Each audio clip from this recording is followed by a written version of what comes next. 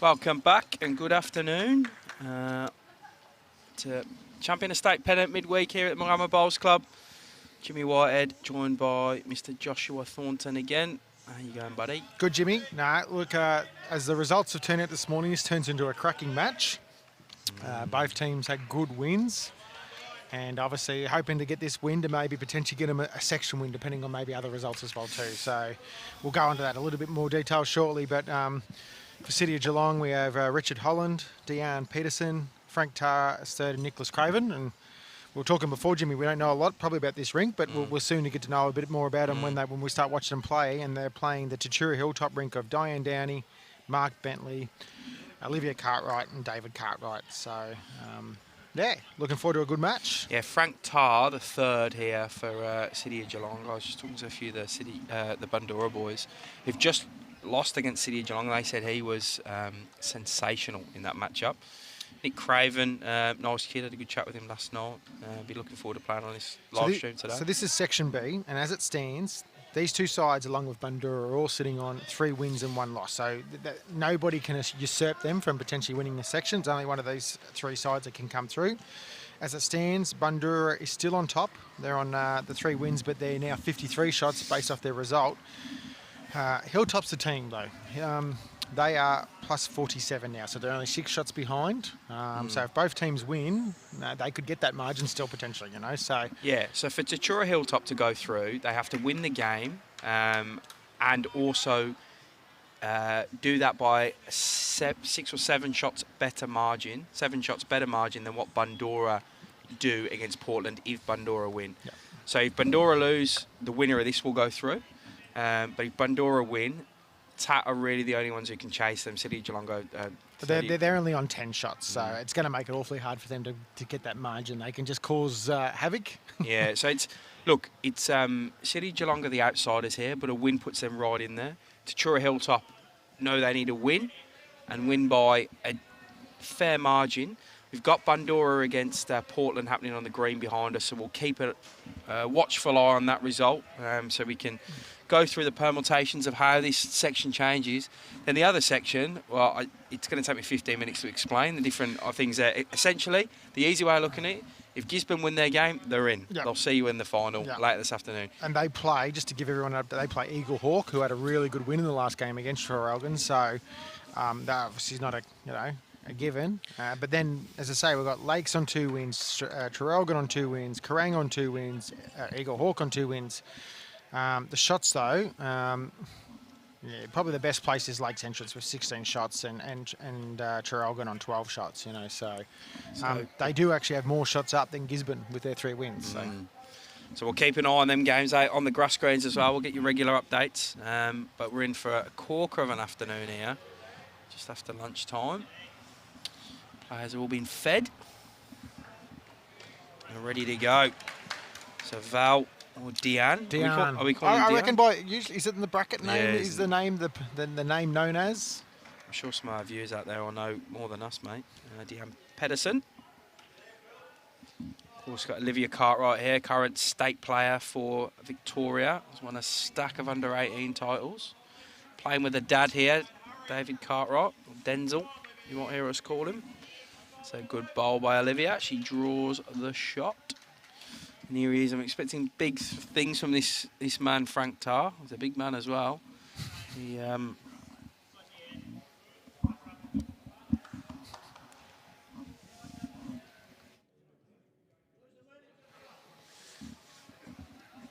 there he goes. Comes with a reputation. Needs to hang around these front bowls, JT. He's going to go close. Frank Tarr. Well, great effort. Gets a great effort. It is D. Thanks, Adam. You guys at home are very good at filling in gaps for us. It's amazing. We appreciate it. Yeah, Liv's going to go close again here, Josh. Just needs to settle a bit. We'll collect Jack. It's a slight touch. Maybe 1-1, maybe made it 2. Frank looking for a similar bowl. Navigated them front short bowls exceptionally well with his first. he's after it. I like a man who chases his bowls, JT. He's found that line. Oh, he gets that touch. Can he get a second touch? Oh. He's going to pretend that's exactly what he meant, but what I will give him, he was in the area, so. Not sure I would have celebrated the way he did. The City Thunder, City of Geelong, in their purple uniforms. Don't often see purple. That would have been one of those times where I might have said something. Yeah. Especially N1. Just to see how it goes.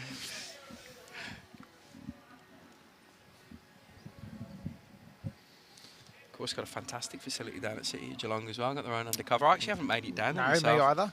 Tony was saying this last night as well. Right, Denzel is a good mate of yours. He just going to go short on that one.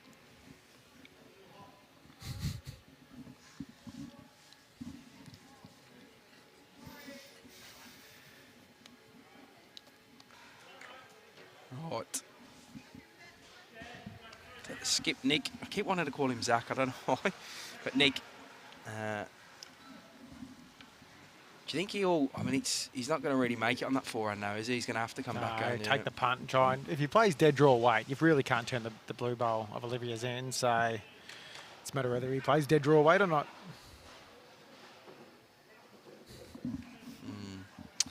At this level, Graham, it's all open pennant. It's been open in Victoria, especially in Metropolitan for a while. Good effort by Nick there. Speed was phenomenal. It's a fairly even split between, I reckon it's a good 50-50 split almost between male and female representation here. Like in terms of overall at the event? Oh, yeah. I'm not going to go out and start counting. I've only got 5 fingers, so I lose count after 6. So. Right, Denzel going to have a run at this, I think, mate. Judging by, or is he? There's no point being short. 1 or 2 seconds, got his own to remote. Yeah, you're right, Jason. I don't know if you caught their game yesterday, JT. Denzel just floating past there. The Tatura Hilltop game yesterday, we streamed this rink as well. I've not seen as much go against the rink. Oh, really? Like it was for all 15 ends almost. Yeah, okay. They played well. The Bundy guys, look, the sort of class they've got took full advantage. But yeah, Denzel and was ropeable would be my description. And here he is, snags himself, Mr. Craig Rippon. What a ripper. Yeah, he was sensational leading. Carried flaps, didn't he? Pretty much. Did a terrific job for Ocean Grove in their runners-up in the weekend pennant. Is that just the one then? I believe so. No real signal out from the players, so we might have to remind them to do that. And we'll just give everybody a bit of an update. Oh, I've got the names the wrong way round. Yeah, come on. I'm going to blame... No, it's all you. Getting back to the corresponding rinks in this match. Hang on.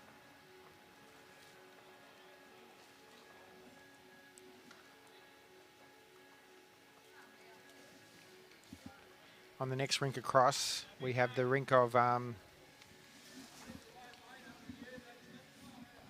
Lorraine Myers, skipping for City of Geelong, skipping against Trevor Downie. In the rink of Lorraine, she has Lance Kelly at third, Magoo, as he is affectionately known, Jennifer McLean and Sean Myers. And for Trevor Downie, you have Noel Mulcahy, Jeanette Overall and Dot Best. And the other rink is Kerry Gooley playing Rod Medill. Kerry's got Swen Pedig, hope that's pronounced right, third. Shane Simkus, second, and Mia Noasad. Mia actually used to be from Kyabram, so she would know the Hilltop guys really well. They used to play against them. And even the Cartwrights even more so because they used to be at Kyabram together. And then Rod's got Greg Toy at third, Peter Wallace at second, and David McAvoy lead.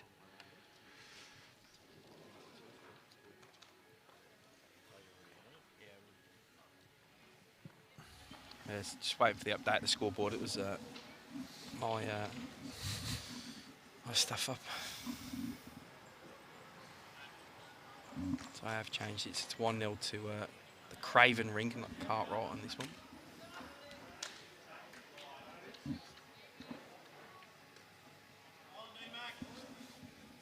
It's been a long few days, mate.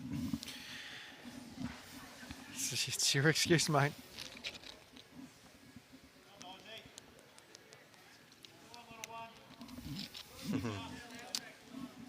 Here, David Cartwright saying, come on, Daisy, come on, little one. She bowls with size zeros. And Well, she uses them well. drops right on the jack with that one there.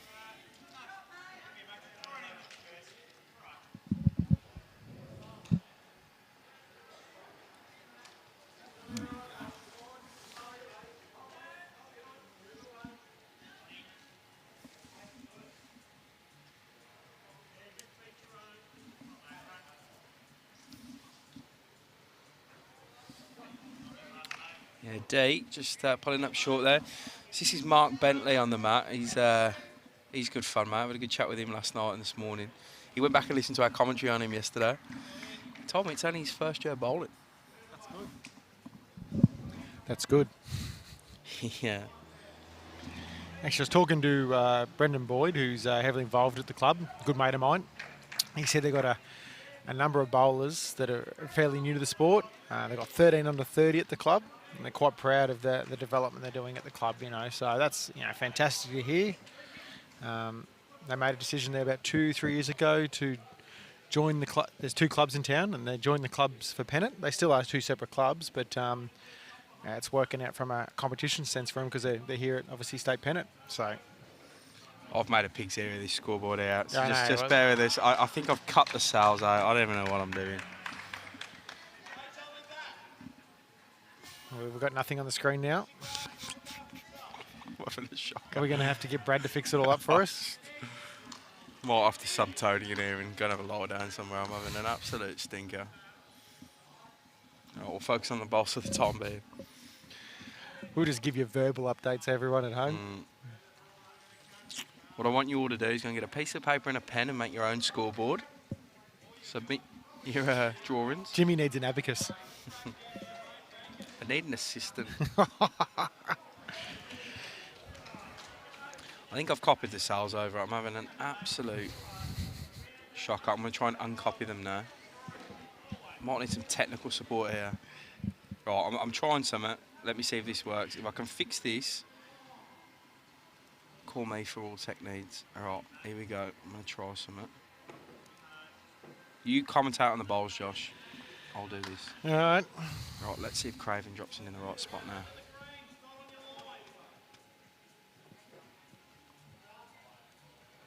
Give me a Cartwright on the mat. Yes. Success.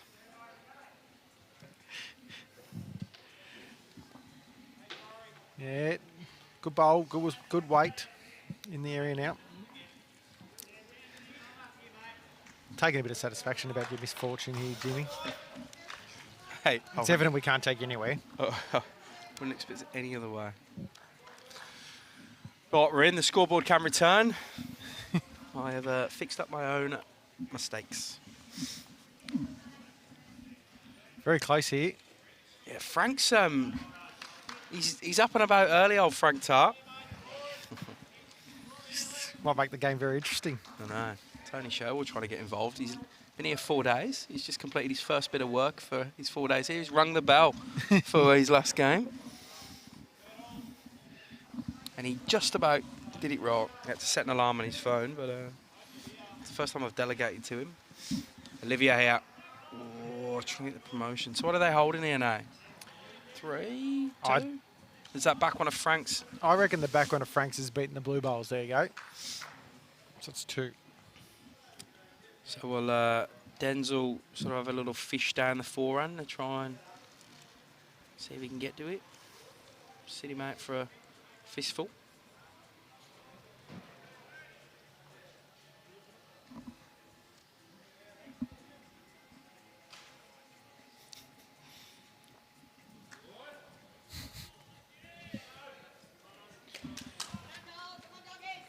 So we don't know much about Nick.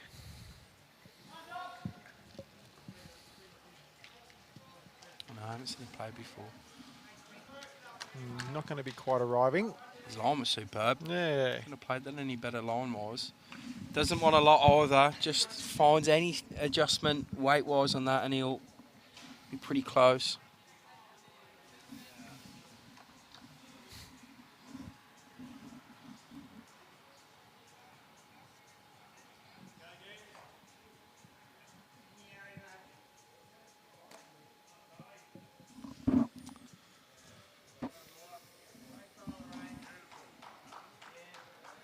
Oh, Denzel does go the backhand instead of the forehand. Liv likes it. She's sort of giving it a fair clap down. Just not. Ooh, just Got to be nearly good enough, surely. Sort of threw itself in at the end, that bowl, just to try and get in. Something for Nick to use. Yeah, I mean, that's the only Get to thing. that bowl and flop in, it's nearly shot. It's an easy target for him to look at as well, and he's all on. Sometimes that visualisation of the shot's real key. Well, she probably gives him the confidence to make sure he reaches too, you know. He's looking narrow, tight. Yeah, he sort of has a few choice words with himself. Sulks off to have a sip of his fizzy black soft drink. Getting pretty descriptive here, Chippy. I reckon forehand lay the bowl down. Is that on?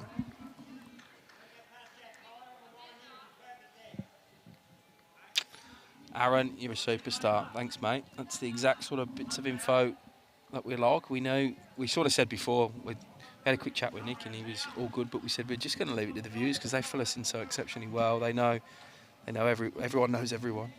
Says Nick's won a club championship with Drumcondra, which is no longer a club. Geelong West, which was a very powerful club in the Geelong area. They won a state pennant back in 1999, and they merged to get this brand new facility. Amazing.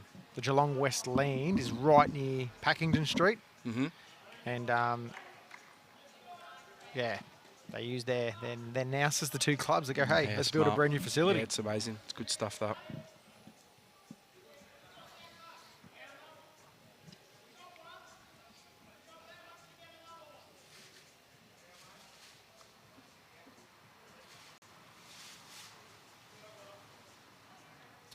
A fair measure at this one. I get a feeling they might go umpire at some stage, which I can't see our umpire on this screen. Pretty close measure.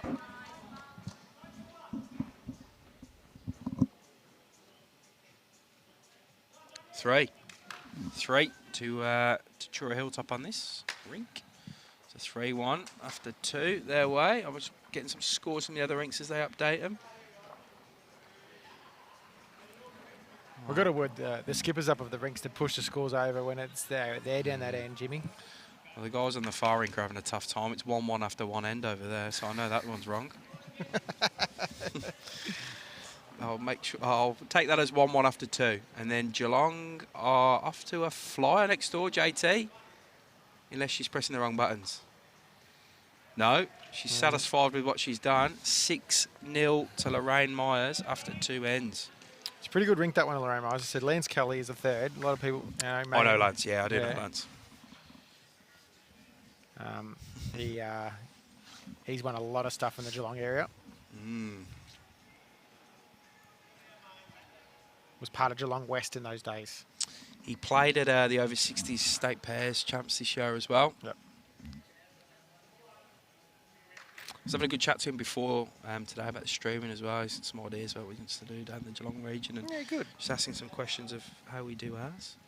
I'm presuming, Neil, Nick might have snuck over the line against you in a singles final. Another former Geelong West guy that's gone to the City of Geelong bowler, Neil Robinson. Know him as well.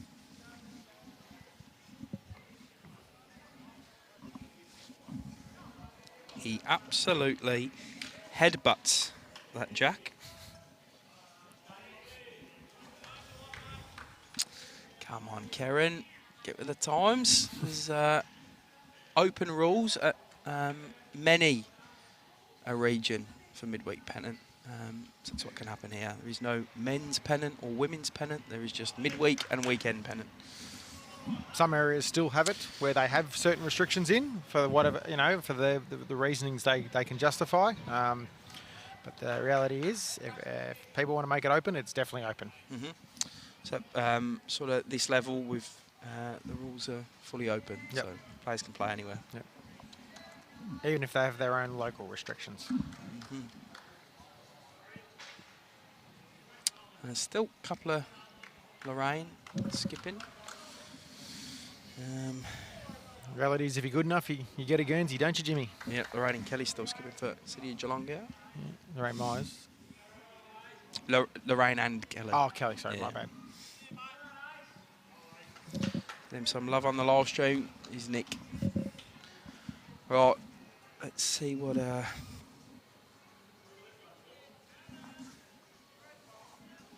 Mark can do here. Mentioned it before, I reckon this is in his first year of bowls. It's a sensational effort to make it this far. Played well yesterday. And Denzel, his skip, likes this one because he's drawn shot, JT. That'll be why.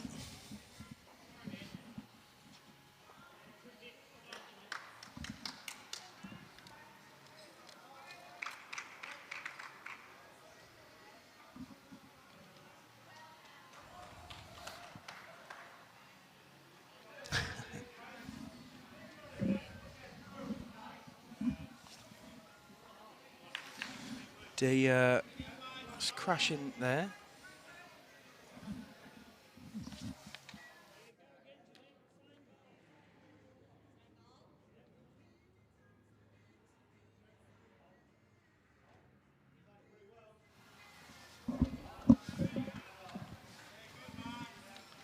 Right, Denzel Mark skip locks in out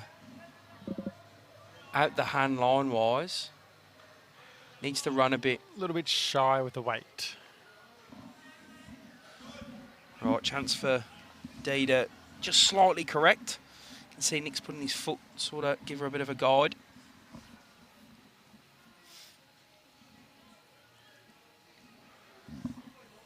Oh, she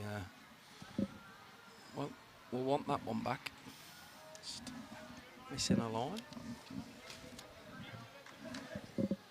So a reminder, if you've just tuned in, there's a lot riding on this section after City of Geelong's amazing victory in their last game. They rolled over Bundora, who'd won all three the day before, so it's blown this section wide open. So the what can happen is Bundora still on top due to their shots up. Tatura Hilltop level with them on 3 wins, as are City of Geelong, but Tatura Hilltop a lot closer to them in terms of the shot differential. So for Bundora to win this section, they need to win and make sure they stay 7 shots or more ahead of Tatura Hilltop. If Tatura Hilltop win, they have to make sure they do that by more than 7 shots to what Bundora win, or if Bundora lose, they will win the section. City of Geelong, possibly the outsiders, what they need to get through is a win here and then Bundora to lose against Portland. Yeah. So they're the only one without their sort of fate in their hands because they're relying on another result. Tatura can have a massive victory here and get through. But it's good fun, and the other sections just as fun. Gisborne, if they win, they're in. If they lose, there's 4 other teams who can jump them.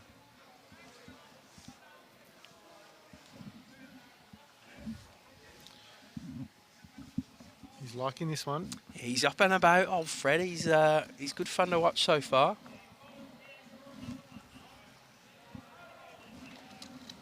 Ooh, trying to draw inside that back one.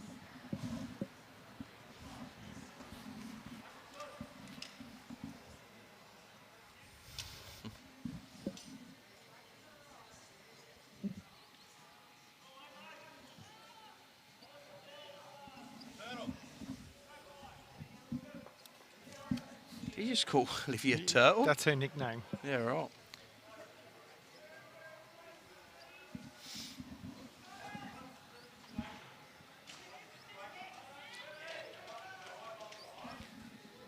So currently on the overall, City Geelong doing what they can do to try and get through this section. A reminder, just the two top teams in each section get through to the final, which will be played, best guess, about 3:15 or 3:30 today.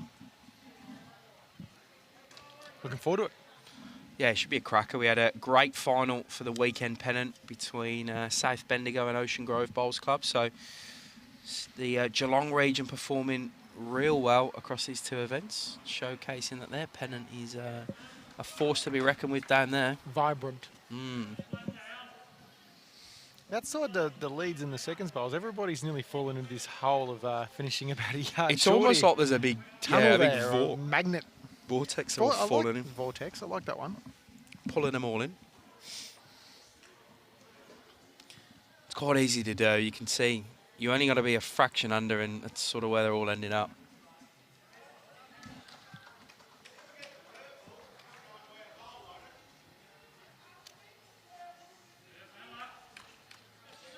Big Dave Cartwright here. He's stride to get the bowl out.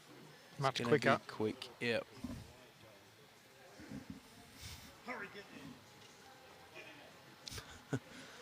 Just cheering it into the ditch, just for a bit of humour. So Fred just lining Nick up a bit.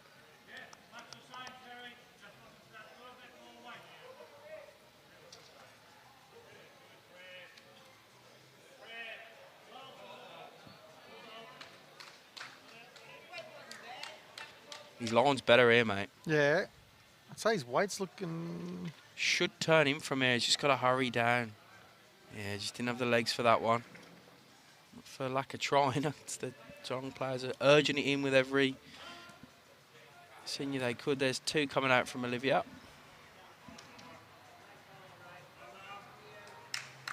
Finger measure before she properly measures, I'm assuming. Yup. And just a reminder for those who haven't followed all of our streams the last few days, this is 15 ends per rink, so 45 in total. And they have a 2.5 hour time limit to get them ends completed in. Another 3 to Tatura Hilltop here and the Cartwright Rink. 6-1 after 3 ends.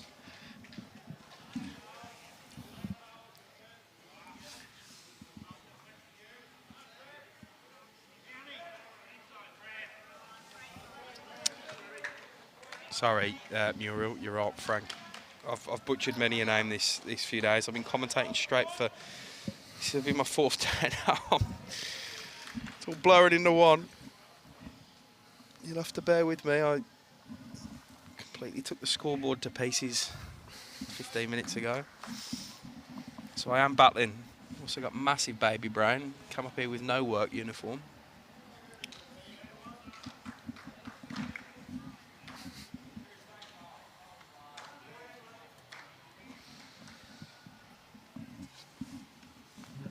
Looks like Lorraine Meyer scored again on the rink next door, so Yeah, right. we'll get an update on that soon. Downie, not a few feet behind the jack. It's okay from your lead. You're not too disappointed with that.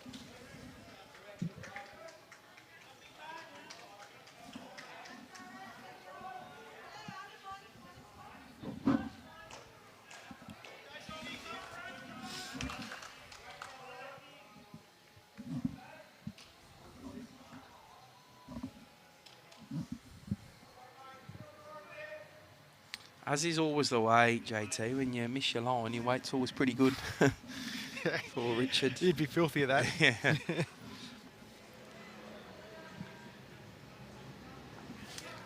Right, so an early score over the back for those playing at home. I reckon that reads Portland 8, Bandora 3. For my eyes, I'm staring across 2 greens almost. I reckon the guys from the West Coast, Portland Bowls Club, are leading the Metro representative from Bandora. Oh, I don't know how you can see that, because my angle, the lady is standing right in front of it, so the lady skipper there.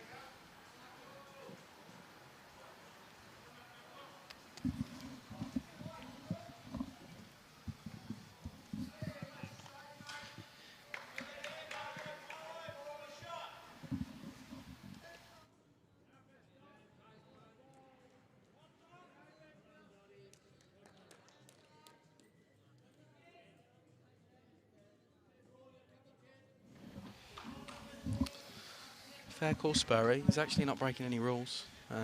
It's not a great look. Surely when you get to this level and you're representing your club, you should be wearing your club uniform. The only thing I think is he might only have one jumper, mate, and he wore it yesterday, so it's in the wash. He's the outside tops don't have to match in Pennant. Have to have the BA The logo. logo, of course. She does.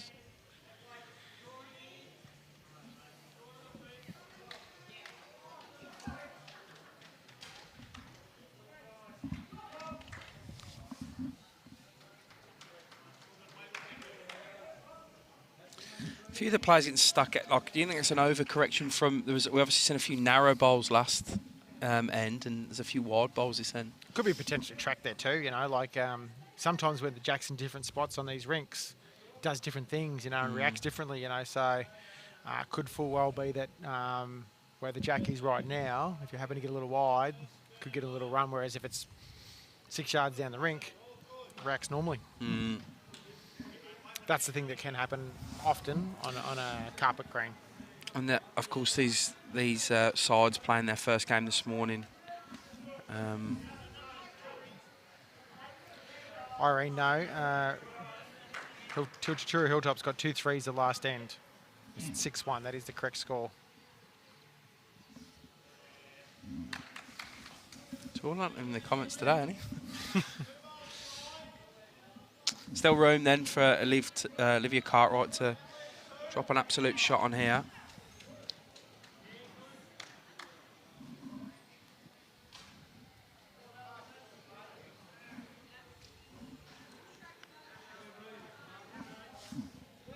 On the forehand. Needs to navigate some balls short of the jack here. She's going to do that. Oh, nice weight. That's the absolute shot now.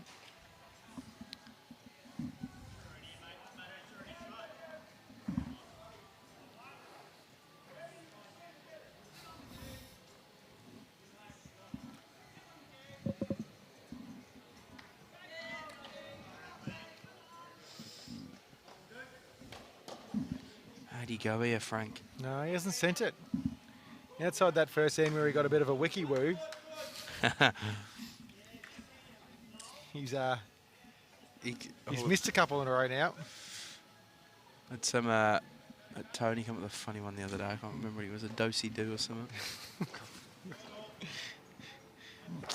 Jason, plenty of people stick us on to listen to while they're driving. If you've got no visual, don't watch the stream while you're driving. But feel free to listen to it. We'll try and keep mentioning the overall score so you don't have to keep checking your phone. We'll try and remain as entertaining as possible too, Jimmy. Yeah. Doc coming up with a bit of a tune for City Thunder there. I'm not going to try and sing it. I'm trying to sing it in my head, but I don't. Yeah, I'm not going to get it out there. Ooh. Frank. Brings Olivia's other ball in. Probably 3 down. Again for City of Geelong. It's compensating the rink next door at the moment. Yeah. Dave Cartwright just joking on his way past. He had some bad luck in the string game yesterday, and he's saying he reckons the City of Geelong hit that same gap. I know what he's saying. He's trying to do ACDC. Yeah, now I've got it. Now I've got I've got the tune. Sorry, mate. We're a bit slow in this commentary booth today. You're rubbing off on me. Oh, if I was Denzel, I'd be careful about going early about the luck. It could change very quickly sure, I too. know. You don't want to tempt that one. He's just pulling up here. It's a tough head for Nick to draw the shot now. He's got the right idea about looking at coming through stuff. Try and get Frank to step to the side and get his attention. Yeah, he's clocked it himself anyway. Good bloke. Well done, Frank.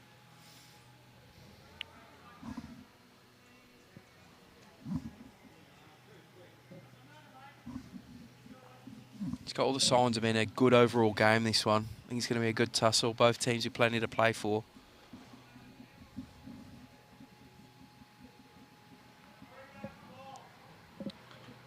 delivery by Nick. Oh, JT. Needs a bit of a, a bit of a rattle up. See what happens. It's Frank's Zone. bowl.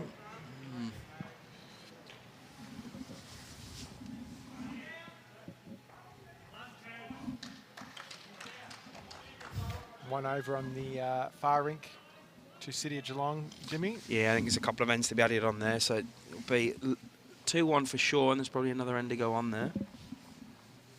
Wait for the players to do the scoreboard, and we'll update ours accordingly.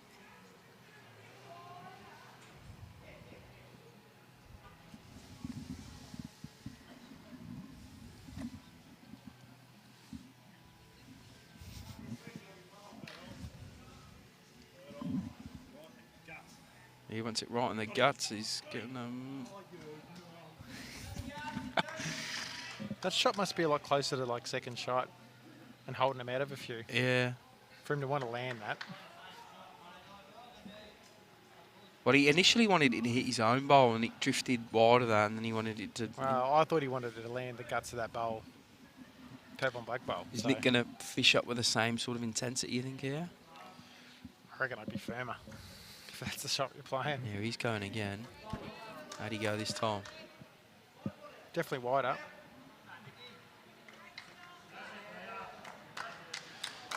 Brings theirs forward. Irene, as you can see that Nick had the last bowl in this end. They did not win the last end, Geelong.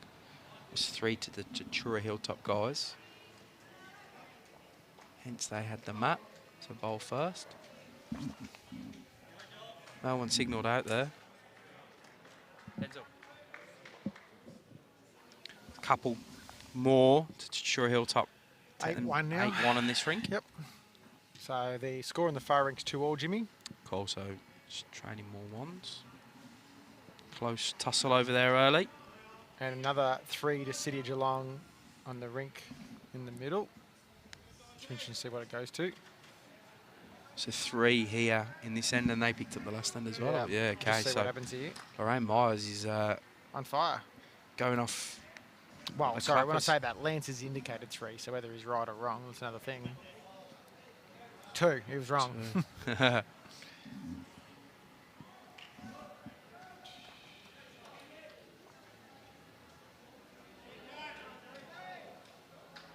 No, they say it's a 2 and a 1 in the last 2 end on the Myers rinks. They're 9-0 now after 4 ends. So these 2 first rinks are sort of balancing it out at the moment. Yeah. The overall, just in favour of City Geelong. Reminder, they need to win City of Geelong and hope Bandura lose. Whereas Tatura Hilltop, a bit closer shots differential to Bandura, 6 off them. So they need to win. And if Bandura also win, Tatura Hilltop need to get over them 6, win by more than 6 more than 7 more even than what Bandura do.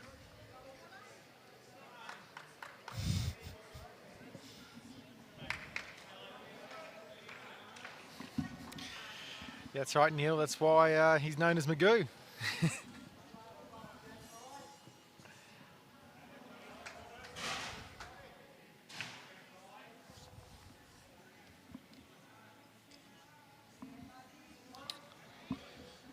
Holland wanting to run this one out. Just a bit short.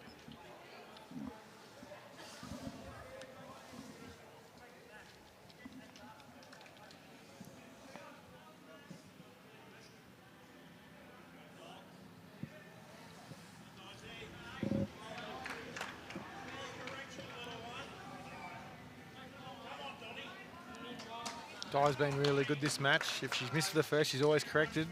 Yeah, it's a good adjustment, that. It's just behind the jack.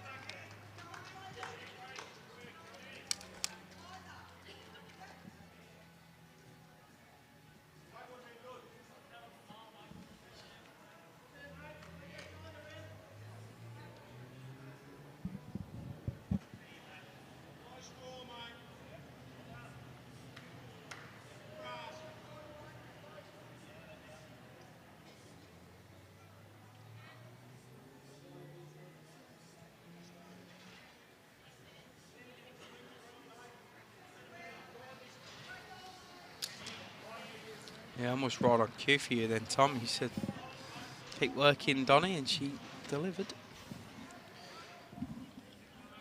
A few short bowls this end now. It always makes it hard to navigate into a head.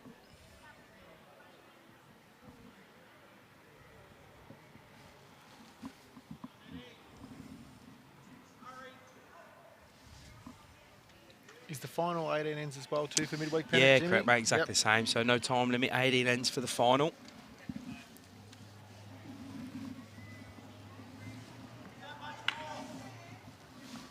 So we just play these 15 to get through the days, because long days playing 45 ends of 4s.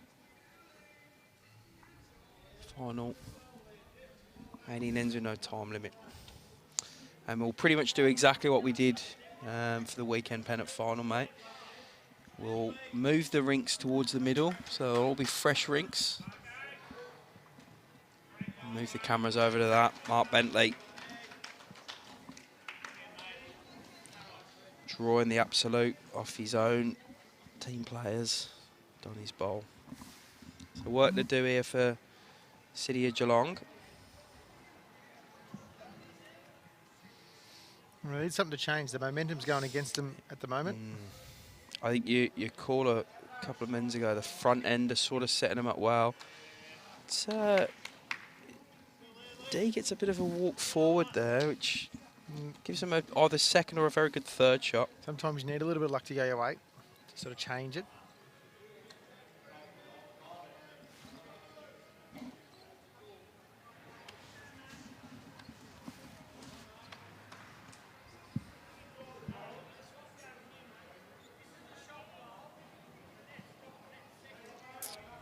Thanks for the shout out, Tommy.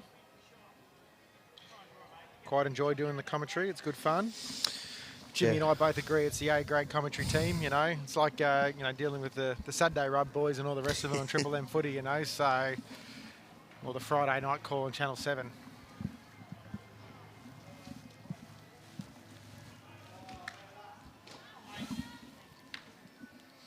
Holding. Just like that, just like them, we're pumping our own tyres up too, Jimmy. Jimmy probably don't know a lot about the AFL commentary, do you? No. No. I barely know what's going on in the game, let alone the guys calling it.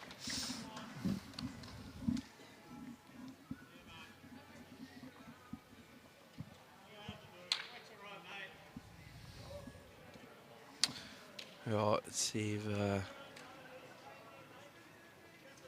Frank can land something with this. Nick said his weight was alright, so he's obviously just trying to reach into it. He's Needs to navigate past that orange bowl. Somehow has. It's kind of nearly the same bowl. Margin.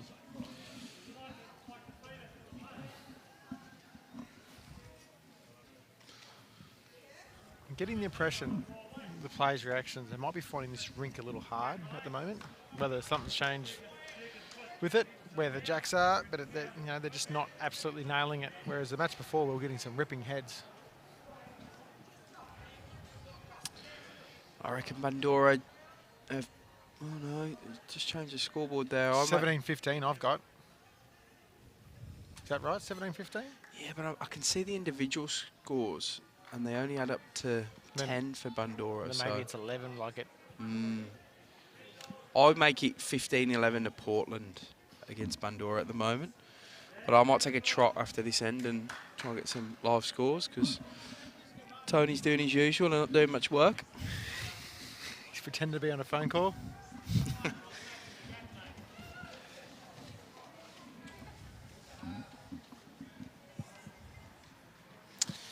Ben, there's not a certain margin that Tatura need to win by, but they need to.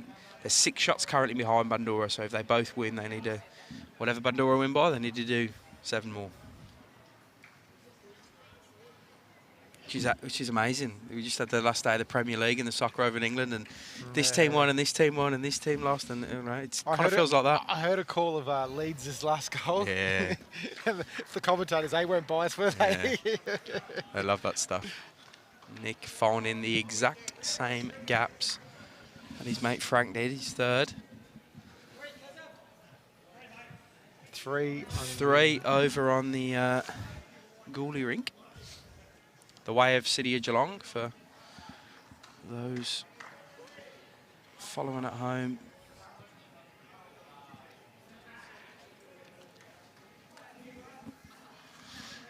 We're on the purple side of the fence. But there are a number down, or a couple down here with Denzel, Dave Cartwright looking to add some more. He's just going to miss his own and does draw another. I think he can go bigger here, mate. Problem is if he clips his own out. It's very true, actually. Yeah, got to be careful.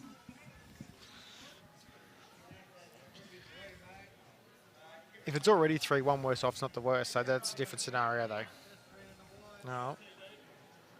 He sort of said replicate this the similar boulder, what Dave Cartwright just did. Was the call. Work to do for Nicky out. He's going to need a rub of some sort. The purple is theirs.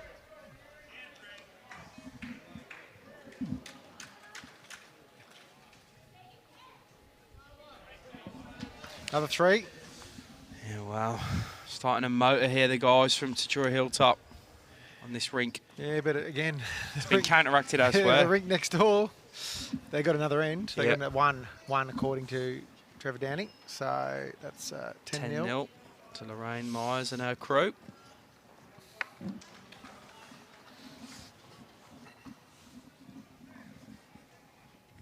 And then there was, what did we say? Was it 3 to go on the other rink as well, didn't we? Yeah. What you got?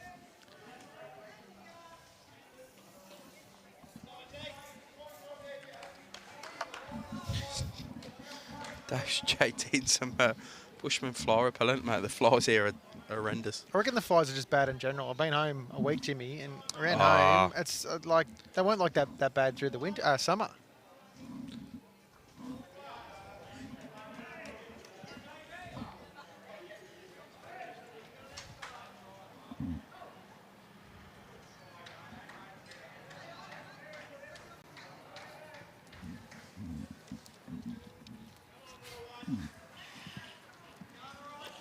Right, I'm going to go over and get some scores, mate.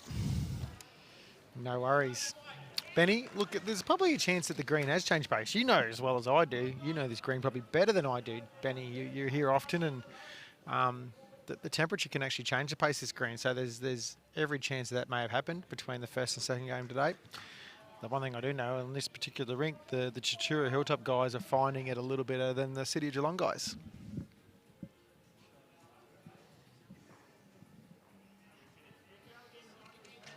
And Downie plunks her first bowl on it as well, so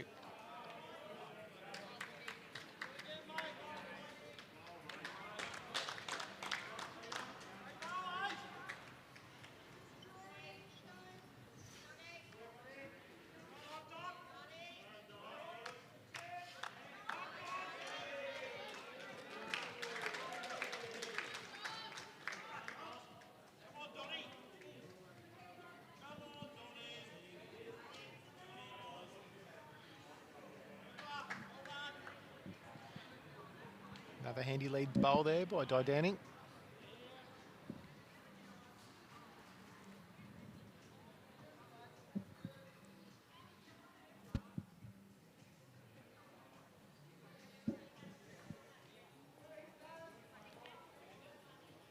The overall on the game next door is between Wangaratta and Horsham City, and currently Horsham City lead 10-7 at this stage. Jimmy has ventured off to get us some scores around the rest of the greens.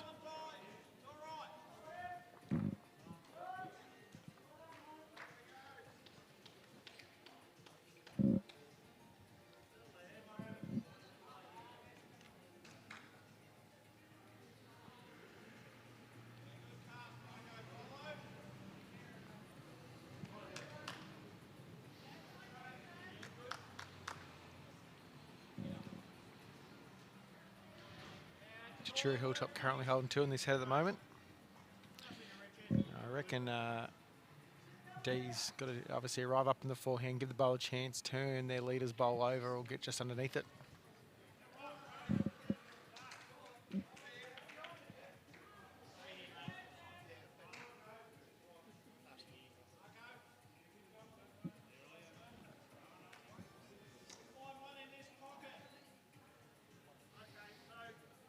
And that probably makes it a little bit harder for Nick too. That last bowl.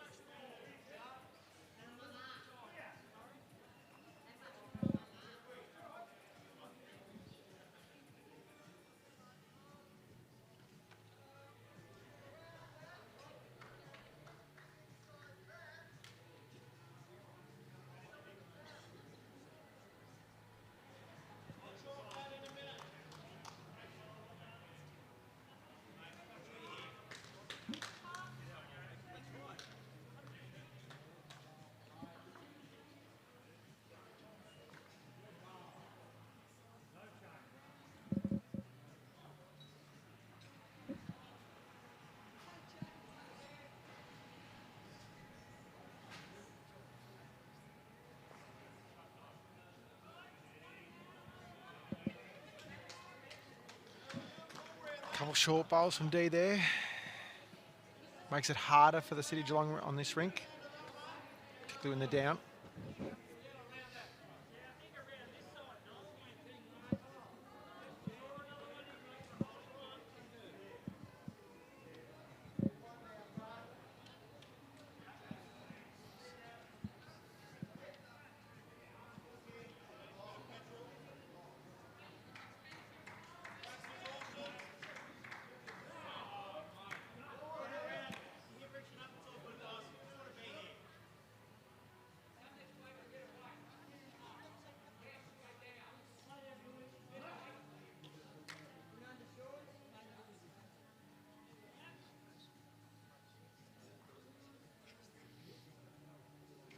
Frank.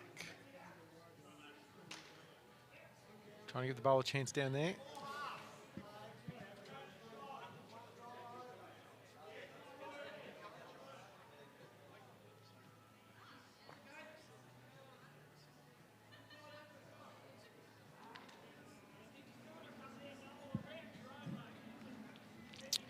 Yeah, that's right, Irene. Yeah, so the colours are different AFL colours. Yeah,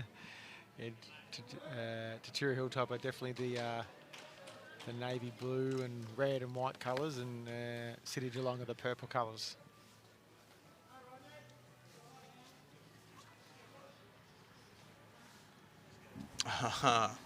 Fair enough, Irene.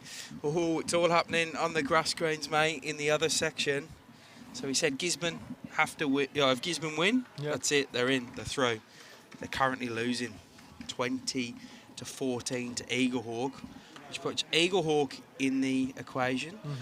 Also puts the winner of Traralgon against Lakes Entrance into the equation, and the guys from Lakes are 20-8 in front on that one. So as it currently stands, that'll be Lakes Entrance in the final for my reckoning, without double checking on shots and stuff. And Portland are leading Bundoora next door 15-10.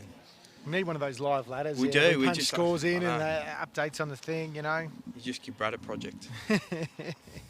I'm sure he could come up with a script or something to do the job for us, you know. Yeah, but you whip it up in the next 30 seconds, Brad.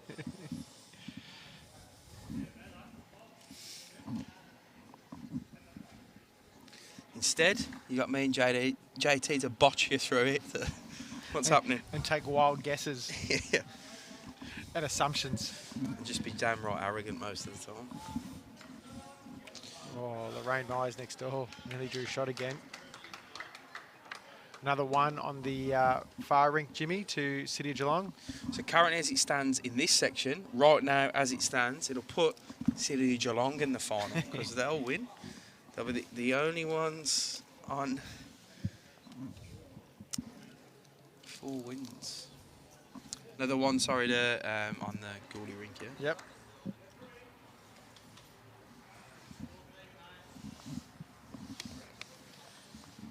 For the first time in the match, so it looks like Trev Downie's rink going to hold shot. I mean, there's still a couple of balls to go, but he's got a good one there at the moment.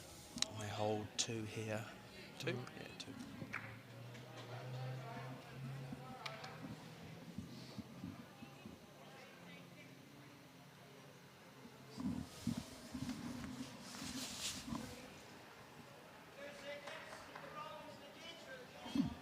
Will there be much looking behind, you reckon, from the two sides here, looking to see what the Bundoora score is? I reckon as it gets closer, and particularly if the team in front, they'll be having a sneaky look. There's no doubt about that. So I can recall, I said we talked about the region sides there in the first match, and I happened to play in the live stream. Oh, Lorraine Myers has just got shot on that Rink, so I went early crow on that one. We were playing Northern Gateway, and they relied on both Sandbelt and Metro West to lose that last game. At about halfway through the match, they had Nick! Oh! Wow. That was a cracking effort, sorry, Joe. They had caught wind that both those sides were losing.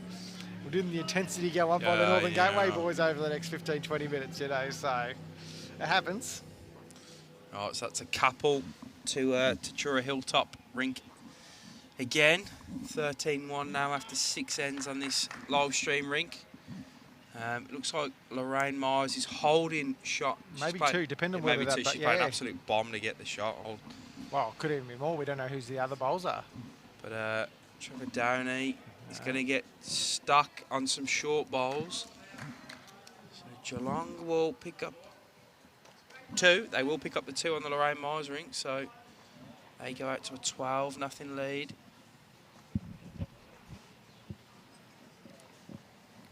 It's kind of... They're still balancing each other out, but the other Rink's now got that little lead, which has probably given them the little edge. So as it stands right at this moment in time, City of Geelong will win this section and go through to the final, but that could all be turned on its head if Bundoora nick a few shots and turn their result around. Or if their result stays the same and Tatura Hilltop do that, and they steal the lead in this one, they'll be in the final. So what an afternoon of bowls. This is what it's all about.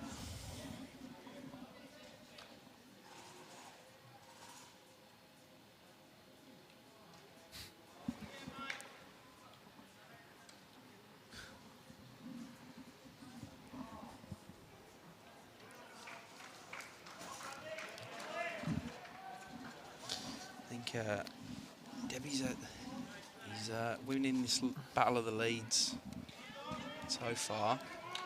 Pretty good again, mate. You'd be extremely happy with that as a skip, them 2 bowls.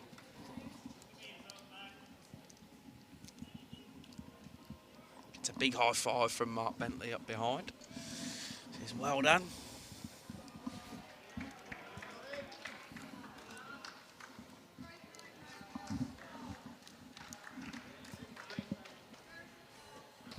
Downie has definitely led very well this game so far. Oh, but an effort here. Where's the jack going to go? Oh, stiff result in the end. Changes it up, though. It's a pretty good second shot.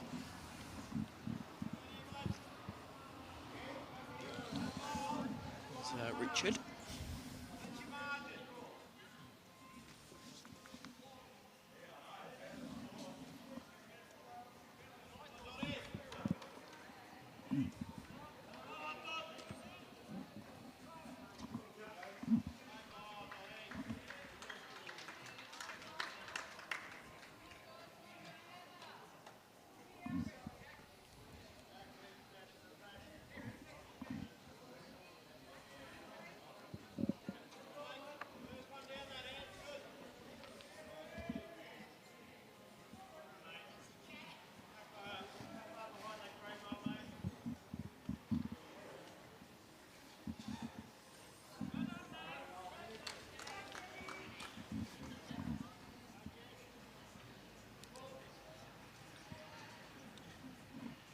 The Wangaratta Horsham City match. Not that it has a much impact on the overall section results, but Wangaratta's currently leading 17-16. Jimmy? Yeah. It's possibly the only dead rubber in the entire venue. Probably right.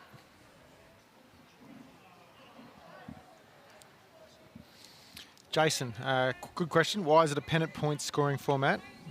Rink and overall is not part of the state pennant championship. Well, I think without actually knowing, I don't actually know the answer, but I would argue that everybody has different point allocations to their pennant. just giving the overall is probably the main thing. That's the end of the day. The overall is still the biggest determinant when it comes to any form of pennant championship. So I think that's why it is done the way it is. What do you play up there? 2 points a rink win and... What do we play? 2 points a rink win and 6 points for an overall. Yeah, see, Metro's 2 points a rink win and 10 points for Yeah, so look, at the end of the day, you win your overall. That's all that matters. That's still the biggest determinant in terms of win-loss. When you play finals in most pennants... That's a superb bowl by D there. Absolute fantastic bowl. When you play finals, you don't use the rink scores. It doesn't use that format. So I think that's probably the answer to the question too, Jason. It's a good question though, mate. It's a fair one to ask.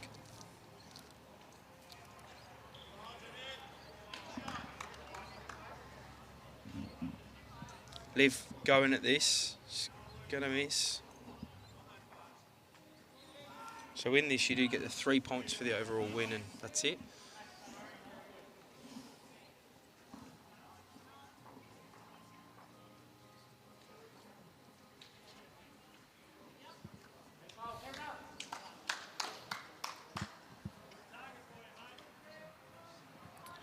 Back in the day, Jimmy, and this is showing my age, the pennant overall was actually just basically on the overall, and that was it. Yeah, and it was introduced, the rink wins, as a point allocation to try and incentivise rinks playing it out when they might have lost the overall. So that's when it come back in, probably 30-odd years ago.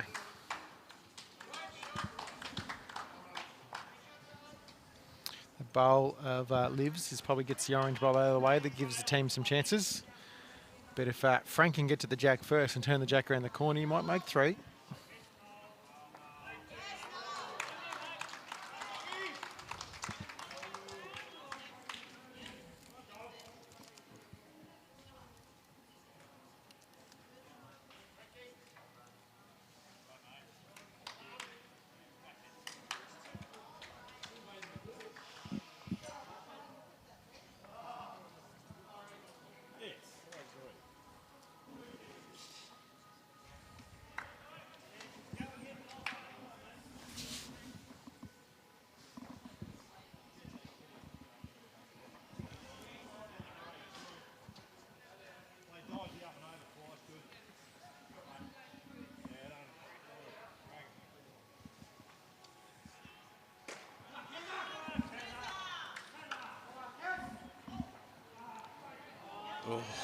Oh, some excitement from the City of Geelong side. A few rinks over.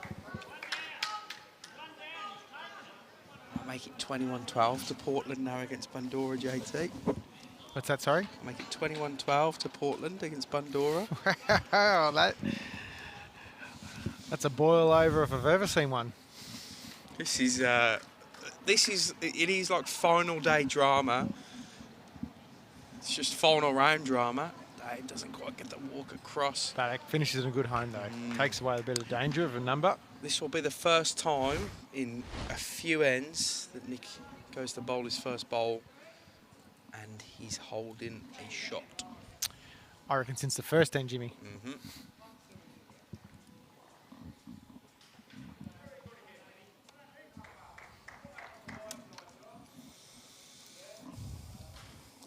See if he can add to the count.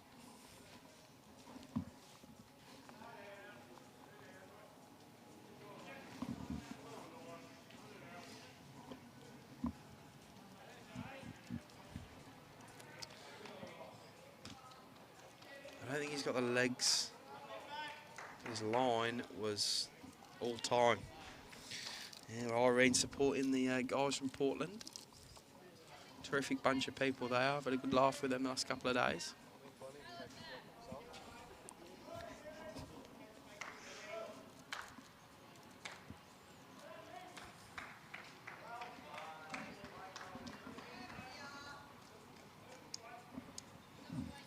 What can Denzel do here? Olivia says if you got the weight, you're close. I think he's going to just... Oh, Dave Cartwright. Breaking the hearts of the City of Geelong players in this rink there with an absolute ripper. Nick has got some work to do back now.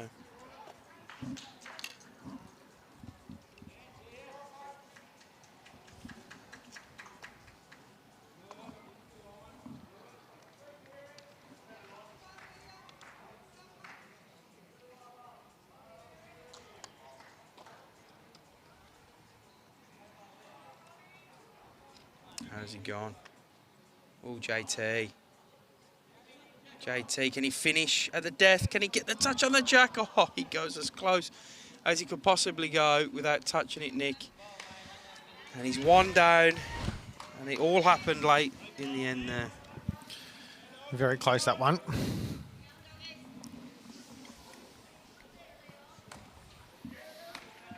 What's going on in the rink next door, Jimmy? Because there's a lot of bowls in a pack there. I couldn't tell you who's got shot or where. I don't know where the kitty is, mate. No, either do I. Where is... Well, Lorraine is... She's got her rink excited with this bowl coming in anyway, JT. Could be out here with this. Oh, Lorraine. Oh, she's got she's shot. done it again. She's touched the kitty back to one of the City of Geelong bowls. So anything you can do, Mr. David Cartwright, on this rink, I can do on that rink, is what she's saying.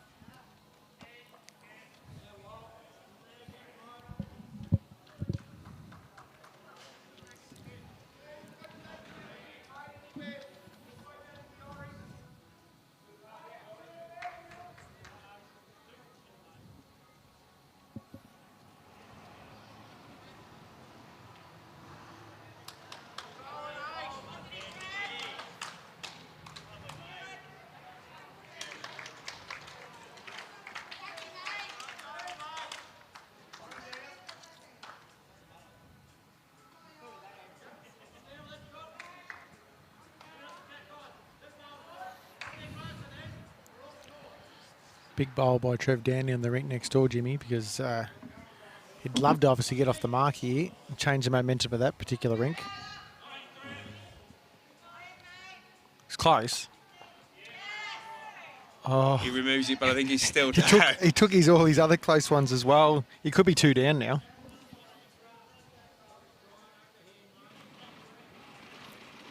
Maybe that cat transferred to the next rink across, Jimmy. Yeah.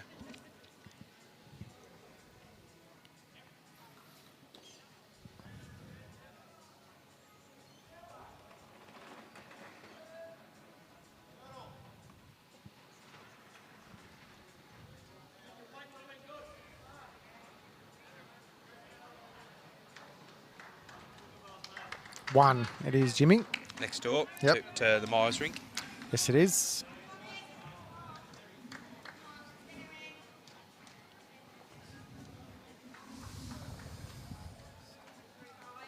So the two rinks are still balancing each other out at this stage.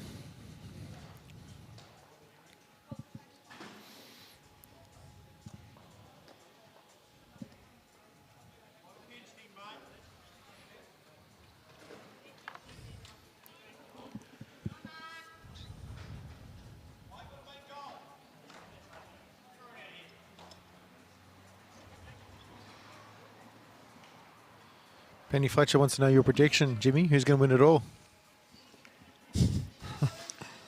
At the moment, we've got no idea who's making the final, Benny. It's probably the hardest thing. Mate, you're asking me to tick one of about 8 teams, or one of 7 teams there. I don't know. I don't know. Yeah, I don't know. Great bowl there by D. Yeah, she's put a couple of rippers in the last 2 ends.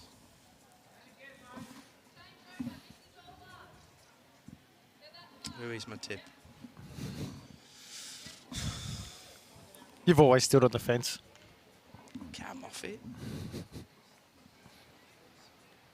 You know who my tip is? Right out, here we go. To win it overall is Lake's entrance. They've come from the clouds. I think they lost the first game or 2. But they're on a roll. After watching them go from 14-all to 50-16 up yesterday, they can become an unstoppable force when they want to be. Mark Bentley going all the way to the pit there.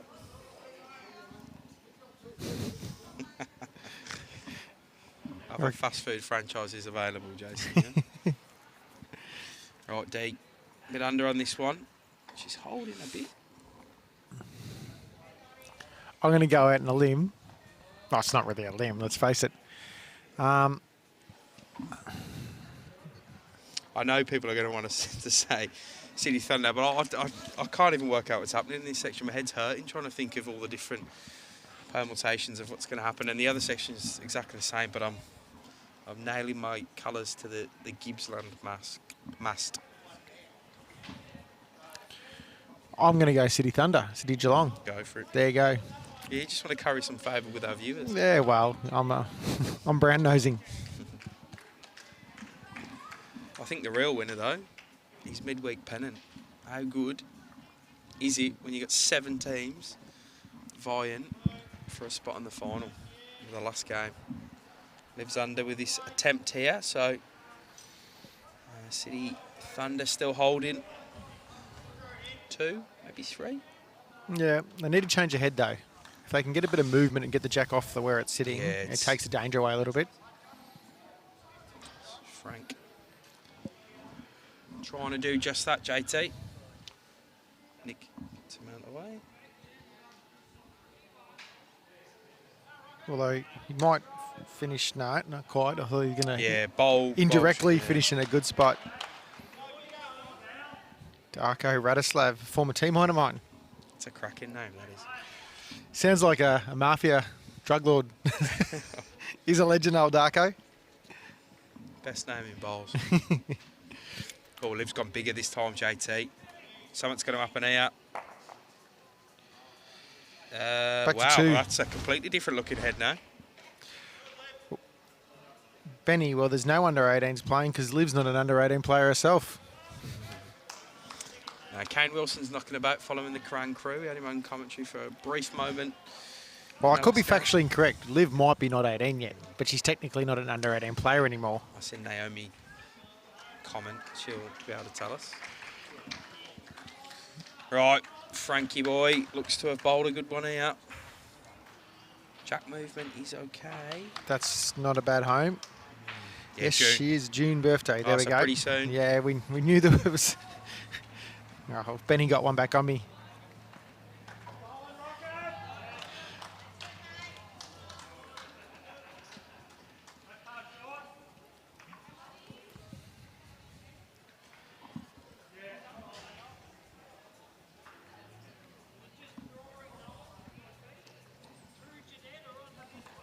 Right, work to do for Denzel. I mean, he's going big, I think. Ish. Arriving. Oh, he's going to want to hold his head here, JT. It's going now. Opportunity for City of Geelong in this end now. Holding 3. I think Nick stays on that backhand, tries to land that blue ball of... Yeah, or if he gets to turn it himself, yep. G'day, Jace. How's things? Yeah, look. Mate, they're battling at the moment, Guidi. Yeah, Portland's rolling them, and if Portland rolls them, they're gone. Because then the winner of this match goes through. But I also wouldn't be surprised, and that was nearly going to be my prediction, that they'd come back and beat, and then they'll win it all. So I think Nick should have gone the backhand, but it's okay. He's put another one behind. Maybe he was thinking to cover that grey and white out on the side if Dave does make splat. So, Jace, they were 3 from 3 as of the end of the day yesterday, but they lost this morning against this City of Geelong side, and they're now under the pump against Portland. Denzel's got to hang again. He's going to just miss JT, so there is an opportunity. If Nick can land that bowl, he'll bring another one or 2 in. There we go. Frank's made the call. Yeah, I completely agree with Frankie. I think he's calling the right thing. Moves out the head. Thanks, buddy. Darko reckoning Nick's Rink are going to claw this one back. Well, if they do, that'll go a long way to City of Geelong actually winning. And he'll make the second Geelong side to appear in a final. He's not quite there, is he?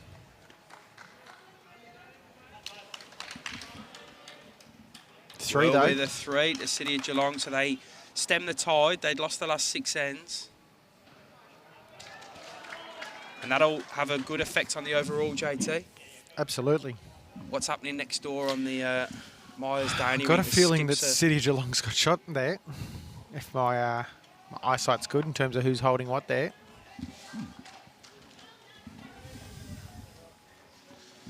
try and get a score update from that Bandura Portland shortly. There's players in the way of the scoreboard, but this is getting exciting as we come through the halfway mark of the games. We've been playing for about an hour and 15 minutes.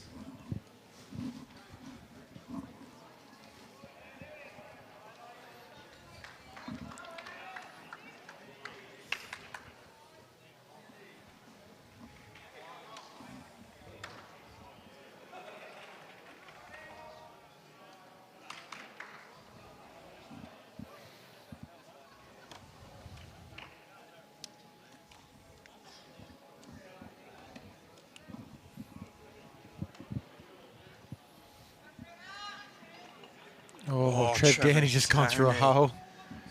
He's going to be ropeable. He's just wobbling his head at the back. He's got a smile on his face, though. He's a good bloke, Trev Downie. He's a ripping bloke. Yeah, dealing with him the last couple of weeks. I'm not sure I'd be that happy. No. Oh, if Lorraine was around there, I reckon she was definitely adding another one.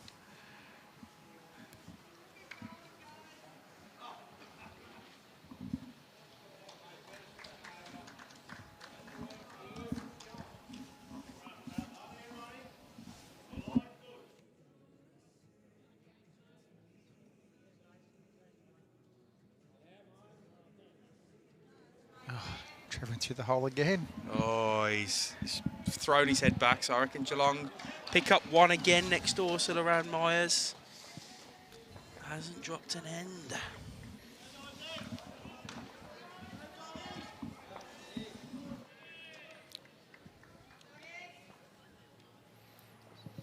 think Jimmy's going to go searching for some scores for us. Yeah, he's already got one update. Portland 24, Bandura 15. Oof. So City Geelong. As it stands on the live ladder. The live ladder. And if Brad was any good, he'd have a graphic up there already. I'll go find out what's happening in the other section because it is it's just as exciting over that one. So bear with me a minute or two and I'll go and get some scores.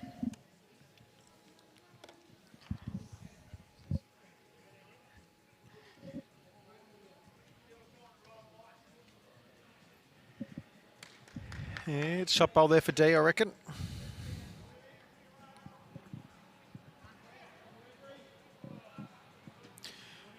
For those at home, you can't see, but obviously Lorraine Myers is currently leading 14-0 on that rink, but probably a catalyst to that is her husband, Sean, who's leading for her. He is leading exceptionally well, and he's just drawn another toucher on that rink. So say in bowls, if you get a good lead and good head up start, it makes a huge difference.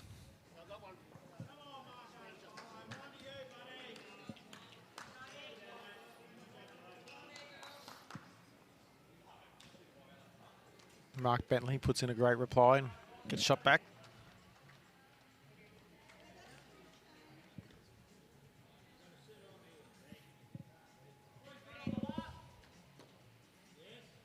Oh, D awfully close, nearly sitting the last shot bolt.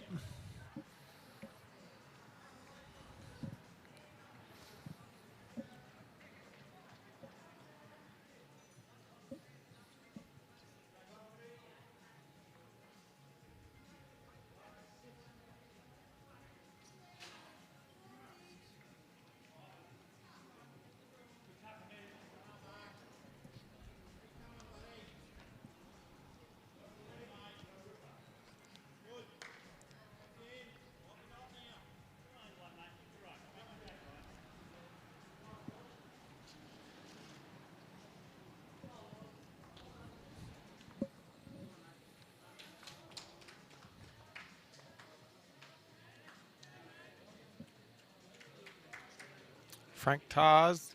Oh, great bowl. Trails a jack, makes two.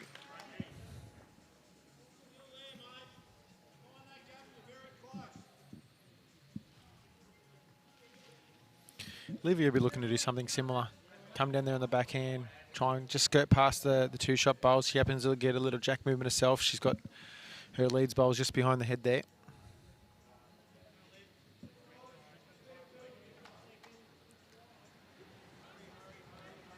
She might even go all the way up for second shot. Yep.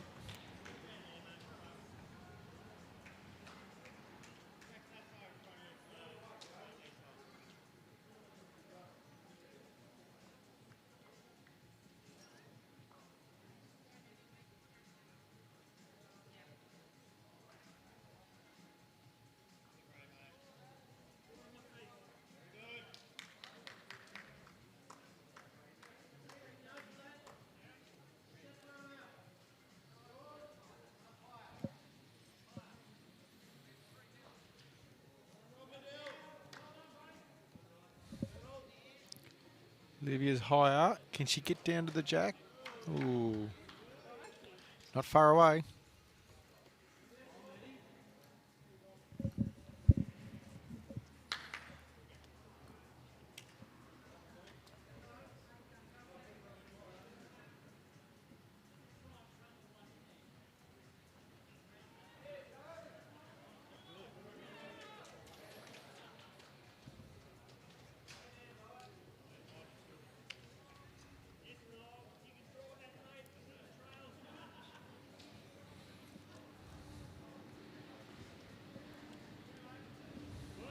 Nick could be looking to try and get up here on his own, turn it over. Just scoop past again if he tries a jack. He's got his thirds bowl of Franks behind it.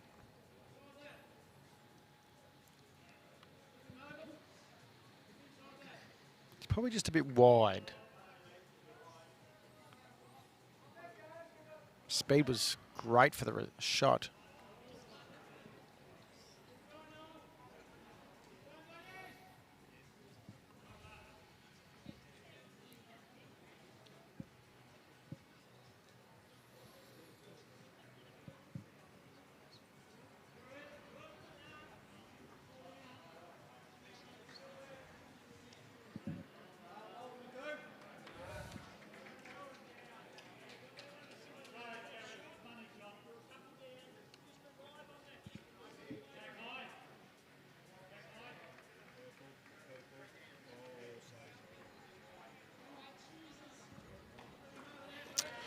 I reckon he might have potentially pushed the other one in for second now. It's hard to say. And probably even taken off the shot where they can get to the jack. Doesn't change Nick's shot though. He gets to that bowl that Danzel just hit. He turns it over once or just scoots past and counts.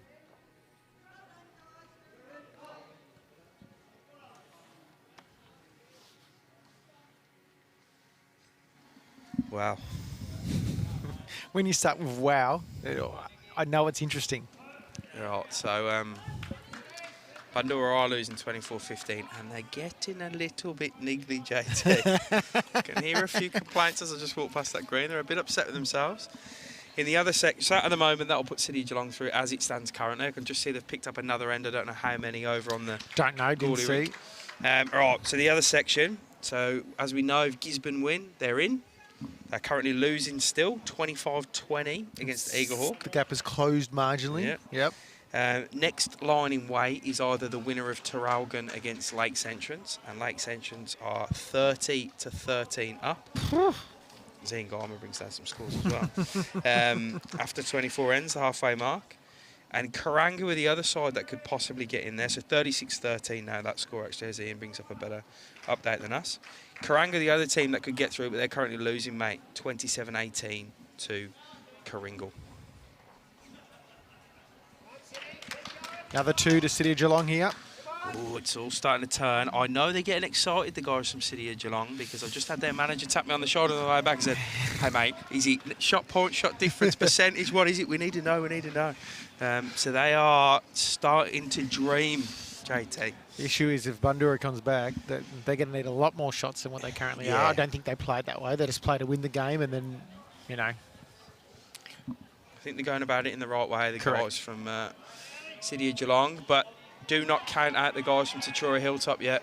And Trev Downie, he's going to have a he didn't get the hole this time. He actually got the jack, but he moved it to the City of Geelong bowl. I don't know how he's still smiling. It just must be because he's an old bloke. But he's not having a lot.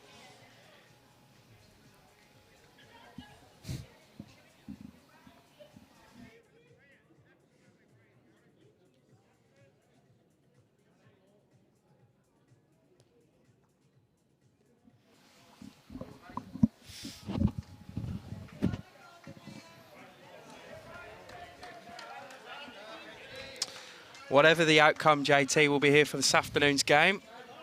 The final of the midweek champion estate pennant. Looking forward to that, whoever it might be. You know what I'm loving about Trev? He's obviously having a bit of a battle on that rink next door. And, you know, he's currently 14-0 down. He just still taking his time. He's trying to smile about the scenario. You know, if he's beating himself up, he's probably going to hide into nothing that way. But this way, he's trying to remain positive and upbeat about it. Mate, his body language is good. He's got his arm around his third. He's just come to look at the head there. He's doing everything he can possibly do to stop that margin getting any bigger.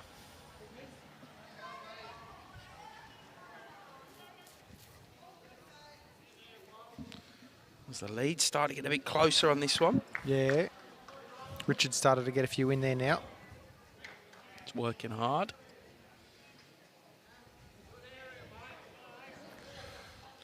I'll track the Trev Downie bowl in the rink next door. Yeah, Johnny Morton supporting Lakes. I've gone home. I've nailed my colours to that mast, Jan. So I hope they don't let me down. Otherwise, JT's not going to let me forget about it. Well, this is for the overall for the year, you know. This will get me the overall win, you know. So. Oh my God. Trevor Downie's hit a drive. he's managed to hit some bowls everywhere, and would you believe it, the City of Geelong bowls are the ones that follow the jack. Another 2. Do you know what he drinks? I might get him one ready for the end of the game because he's going to need a real stiff version of it.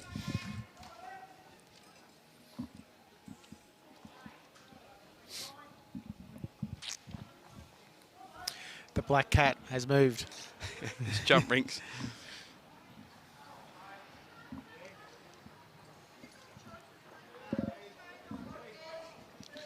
D just need to run this one out. Can't quite get there.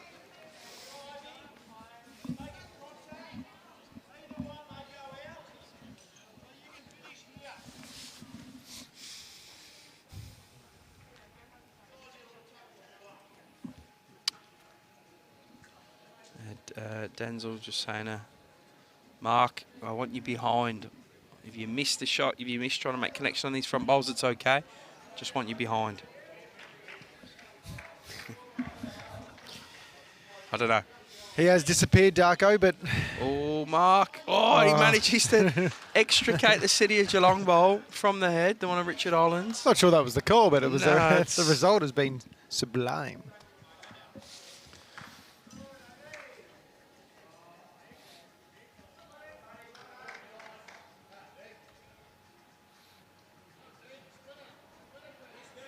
Oh, D with a reply. Changes it up. Still good. the one down, but a lot better for her Rink.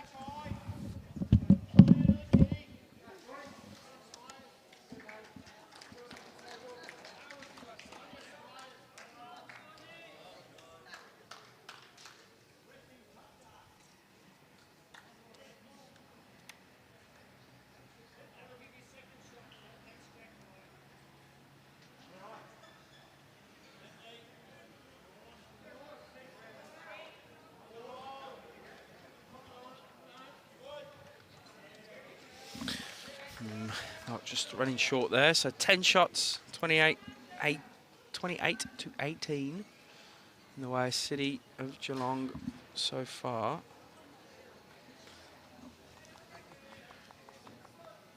The one thing we don't know is what actually happened on the last end for the far rink. Yeah, correct, on the Gouldy Maddle rink.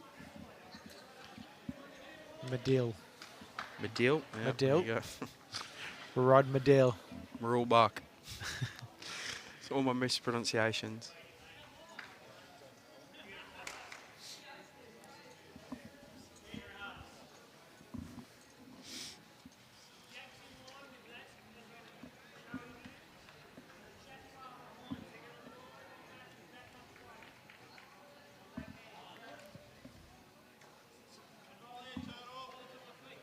Bowl here by Liv Cartwright. Yeah, good bowl. Dad says maybe.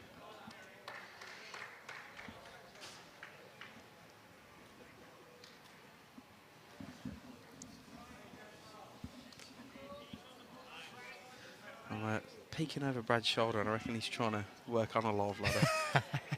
He's gone quiet, so I know he's up to something. Oh, Frank, ripping effort by him. One down, Nick says, but definitely cuts out whether Olivia's last ball was in or not.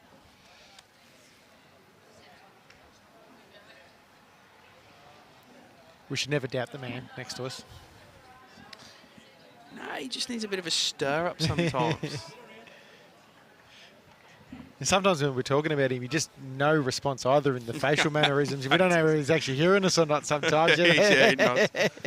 He nods.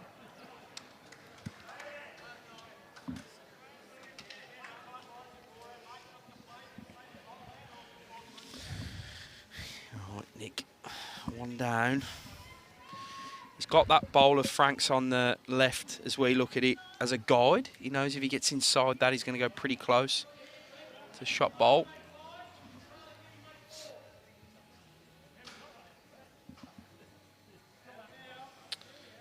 Brent, not good viewing for the Bandora faithful. It's looking like 14:27. Is that right, no? Yeah, it's what I reckon as well. I reckon the 13 All shots down.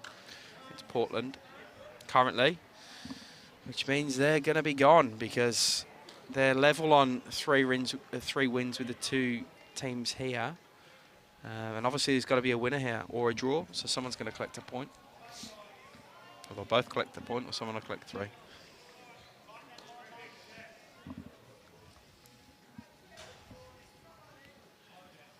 Starting to get a bit grumpy would be my assessment as I walk past them. It's tight, this bowl. Yeah, who's he going to bring forward though? That's City Geelong. Yeah, Nick's last bowl. Right, so Nick needs a bit of both here. Needs a couple of feet away, and he needs a smidge more line, and he will go close to drawing shot.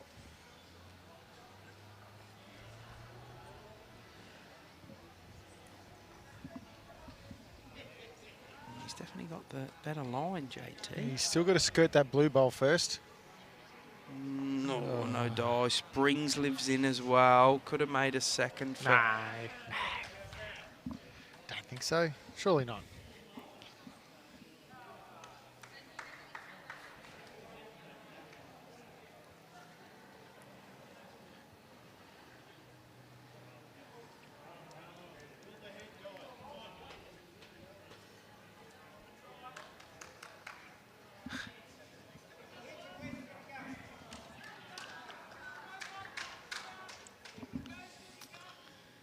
Good news if you're here supporting City of Geelong. It was a 2 to them on the Goulburn Rink. 8-4 now. After 9.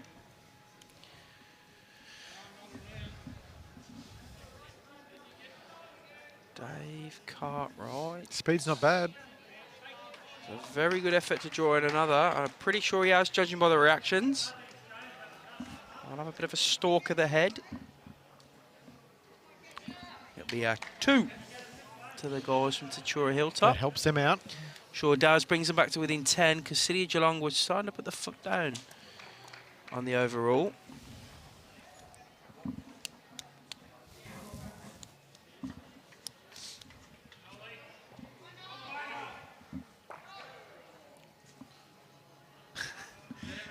The black cat is still happening on that next rink. Noel Mulcahy has a runner, hits the shot bowl, and Jack bounces forward, stays with the Geelong bowl.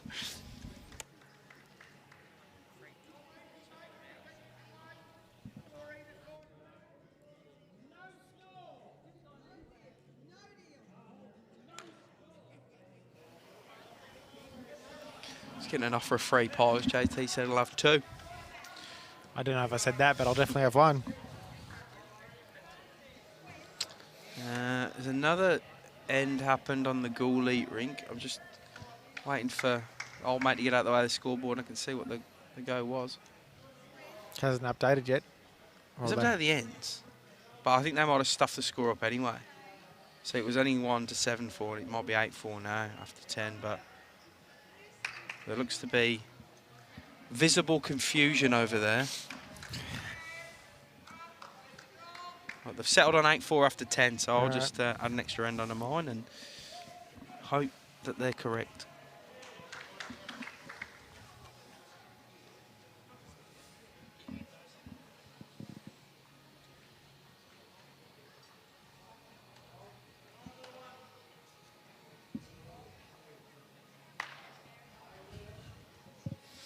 I give a bit of a shameless plug here, JT. Yeah, here we go. To my own bowls club. If you're in the inner city area of Melbourne, we've got comedy nights on a Tuesday at Melbourne. Tonight we've got Peter Heller, Dave O'Neill, and Jim Owen. Oh wow, that's worth the. All for $22, mate. So we've you're looking for some tickets, jump on our Facebook page or the website, or give the club a call. And you're at a wit's end tonight, and you want to go down after you've watched the final of the midweek state pennant. You go and see them guys, Peter Heller, Jim Owen, and Dave O'Neill at the Melbourne Bowling Club.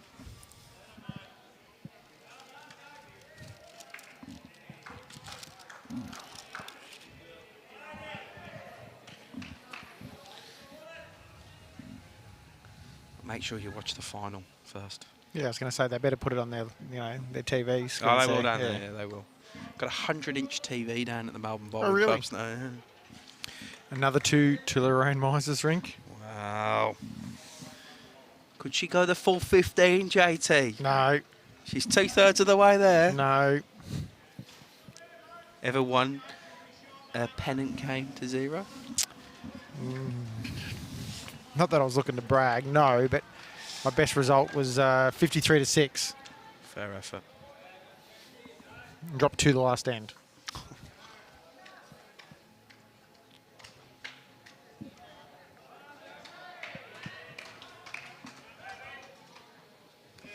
So it's kind of whatever Tatura Hilltop do at the moment, City of Geelong are more than a match for it.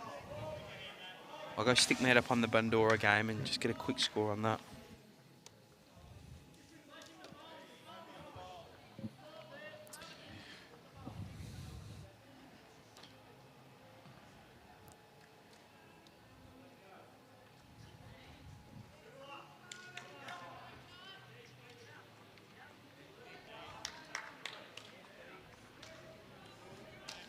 Steve comes in for shot there. Still plenty of room though.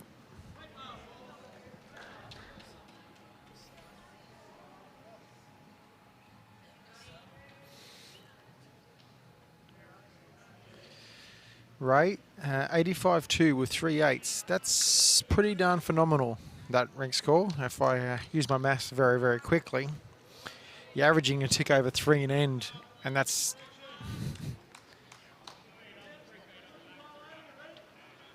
And that's with losing either 1 or 2 ends there as well.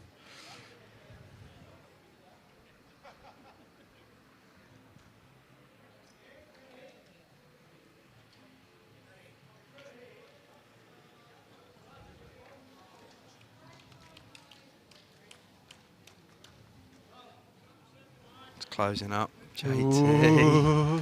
27-21 the way of Portland now. It's a 6 the difference.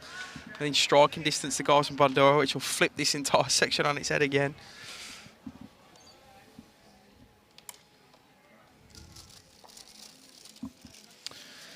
There's City of Geelong lead by 12. 2/3 of the game in the scorebooks. 1/3 to go. Minor 15 ends per rink.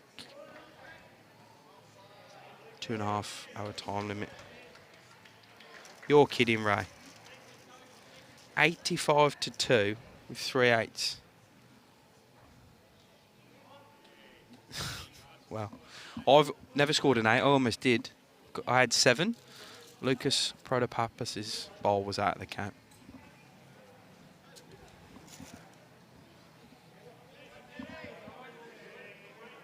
Right, Liv looks pretty good with his second one as well. Wants to run all she can.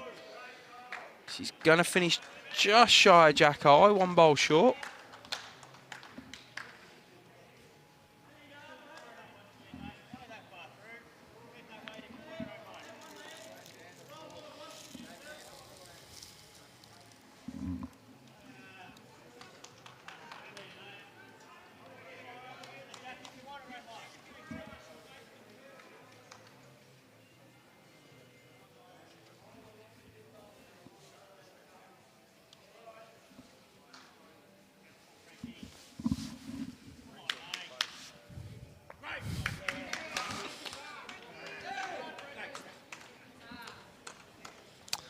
Wow. I made a silly mistake then. I turned around to acknowledge someone, turned back, and there's a completely different bowl on the jack. As we can see the ladder, it's not a live ladder, Brad, but it's it's a ladder there. You can see the three teams on the 3 wins, Bundy, Tatura Hilltop and City of Geelong. And currently, Bandura are losing. Tatura are losing to City of Geelong, which puts City of Geelong Thunder into the finals as we go whack with Dave Cartwright. Oh, he misses. Sorry, you missed that bowl. I was messing about.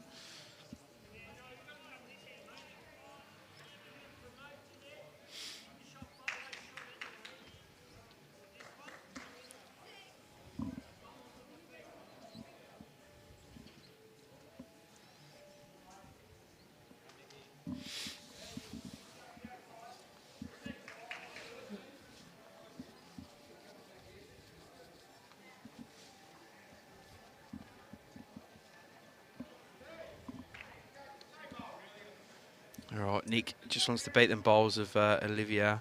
Either that or he's playing the blocker, JT. He's missed it if he was.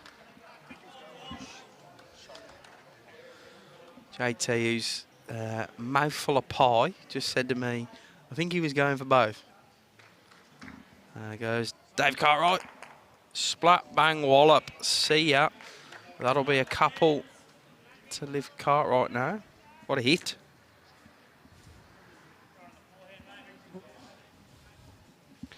Forehand's probably the better draw shot, Nick reckons. Don't disagree.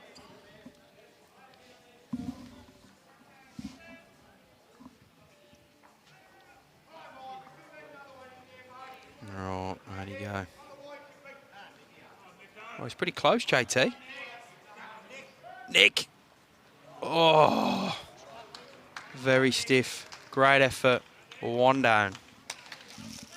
Right, we'll get JT back from his pie eating adventure shortly.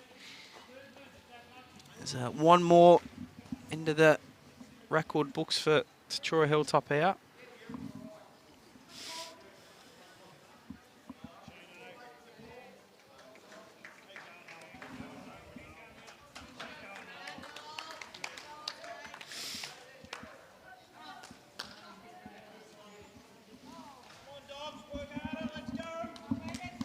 Denzel asking him to work harder, JT. I think, well, they need to. Played good bowl there to get a result. I do believe that Trev Downie's rink might be actually holding shot in that middle rink.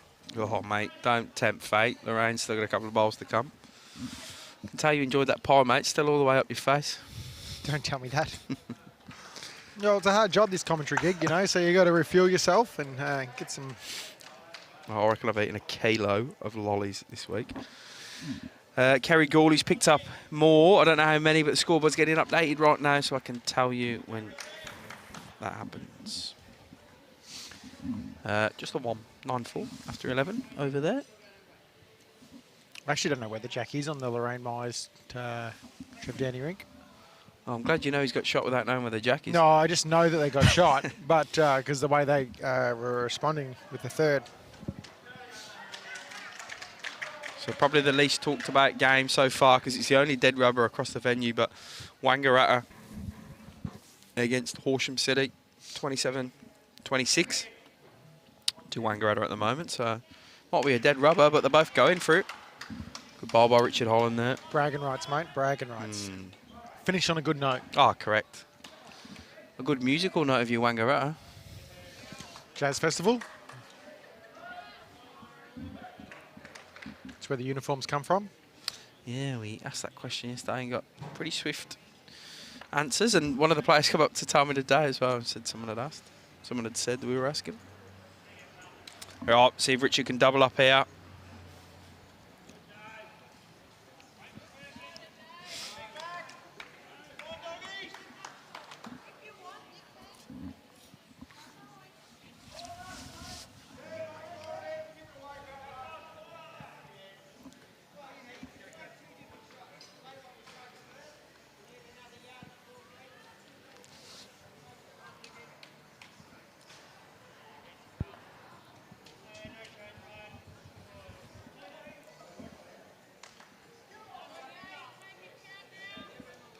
Just watching Lorraine Myers. She's not happy with that one, JT. So it looks like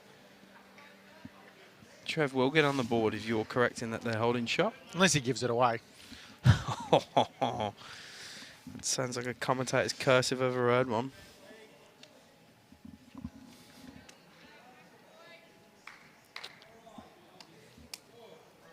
It's a bit long mark on this one.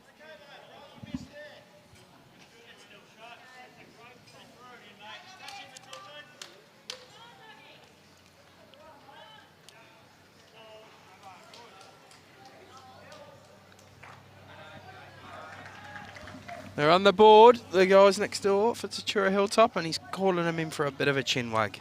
It was 1, Jimmy 2.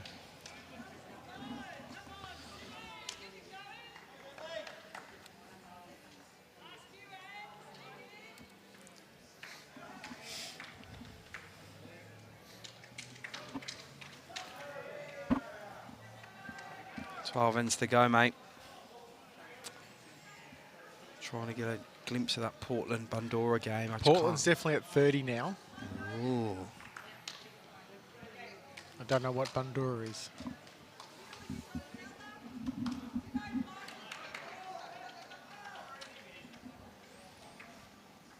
See Damien De Florio coming and checking this game. It's not going to matter for you, pal. You just need to focus on your own game and win.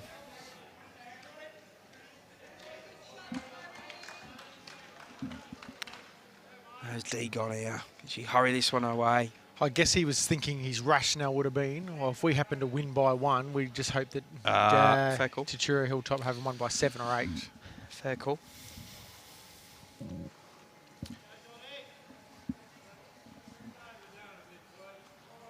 He's a thinking man, old Damien De Florio. He won the quiz or the trivia last night. Was it a single-person quiz or was it a team-based Nah, quiz? yeah, team-based, Yeah, table-based, well, table-based. Then there might have been more everybody else in his team. No, he got the correct answer for one question because I sent him straight on the answer when I asked the question. Well, who was the winner of the 2005 first Men's Australian Open singles? Do you want a clue? Yeah? His initials? SG. Shane Globitz. Nailed it. I did that last night and everyone went down the Steve Glasson route. I don't think Glass has ever won an Australian Open singles title.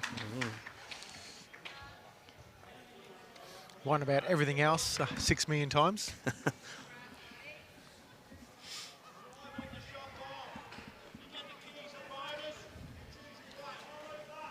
Yeah, Denzel saying to his daughter, you choose your weight. Kitty's the bonus. Try and get anything down here. So she's picked her weight. She's going to catch the outside bowl. And... Little unlucky there. Correct. Now 2 down.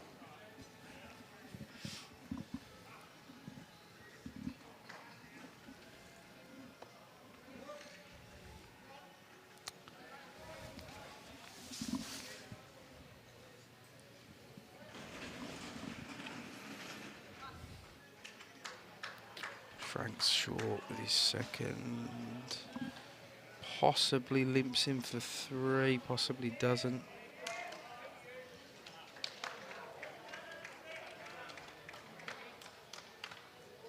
I believe the score's 21-30. It's either 21 or 27. 12, 11. No, you might be right. It's 27. Bandura within 3 now against Portland. Reminder, as it stands currently, City of Geelong are in the final. But if Bandura do get in front, then they'll be in the final. You're such a sarcastic man, Sean. I know you're completely joking when you say that. Because it never normally happens, eh?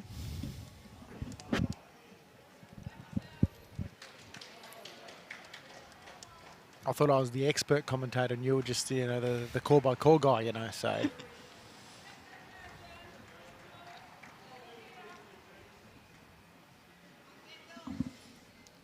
Denzel, gap. ball. Pretty rueful as he walks past the commentary booth.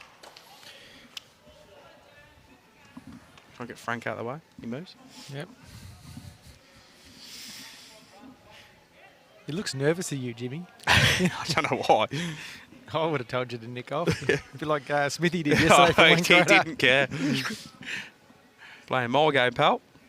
You've got the cameras on me, so you can deal with it. So Nick goes 1 in, 1 out. But what he did really well then is he pushed his own back to where the danger was. Correct. So if he missed, he was good, but he hit it clean, so took it right back. His own bowl.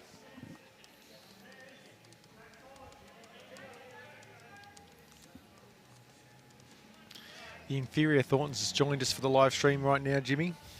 You watch some witty remarks out of that one.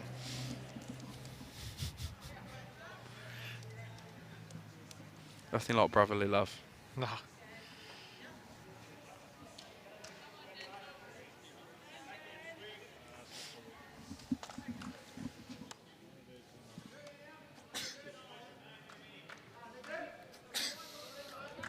Big chances here with Nick. Not sure what they're looking at, but I just would have thought it'd be just another draw into the head and had another one. Is he trying to make a number somewhere? Don't know where you do it. I reckon shots 3, 4, and 5 are all opposition, so. Yep, I agree. But doesn't hurt to go down, have a bit of a look and squeeze and just to see where you're at. We've sent Tony down to get us some scores from the other section, so we'll pass them through as we get them. West Coast, so Portland's now 32 versus 27 to Bundoora. Back to 5.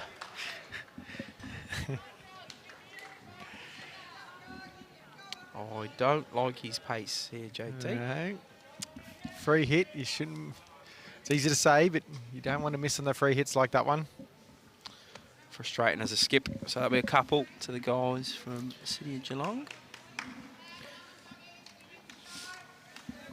As we approach the 2-hour mark. So we've got 36 minutes left by my watch.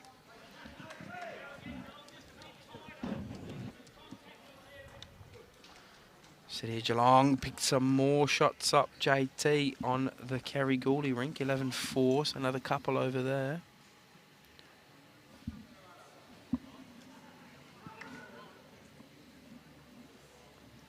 Game's probably just getting a little bit away from Tatura Hilltop. Things that have to change drastically. Yeah. And then we'll all be then relying on what happens with Portland and Bundoora. I can't wait to get these scores from the grass greens because the other section is just as close. Oh, there's a text come through. Here we go.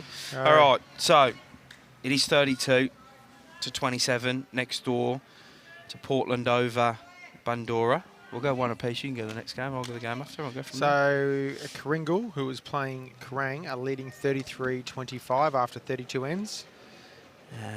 As we know, Gisborne from Ballarat Highlands, if they win, they're in the final. They're down to Eaglehawk, 37-33. It's kind of coming from 8 to 5 to 4 in an update. So 36 ends played there, 9 to go. And the last one. Well, Lakes Entrance 44 versus Traralgon 22. So that game looks over. And if the score stay it is that a Lakes sneak into the final? Yep, that will be Lakes Entrance in the final. I'm just going to go check the ladder just to be safe because I don't really No, trust you. I checked it. Oh, here we go. They're comfortable. Well, it's between them and Traralgon, and they're obviously thumping Traralgon. Kerrang had a massive outside sniff if huge results went their way. Right. Yeah, that was 16, weren't they? Yeah, no, it's okay. Still, Gisborne are in... Or in the same position as Bundoora. They've got to overturn a four shot, shots. and Bundoora got to overturn a 5, and they'll find themselves in this afternoon's final. But if it stays the way it is, they can put them bowls bags in the car and start making the journey home.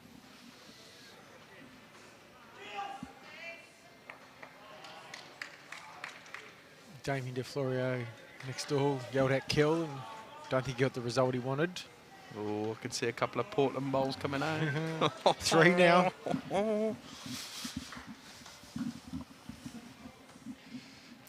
Cracking exhibition of lead bowl in this end. Said Dye started really great, and the Richards now joining in the good leading. Dave saying that said reach.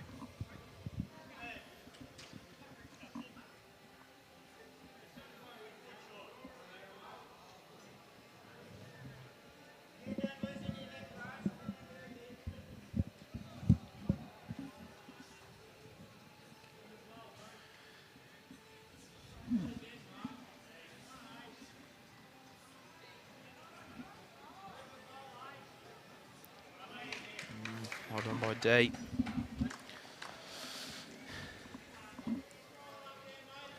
One to Lorraine Myers next door, mate.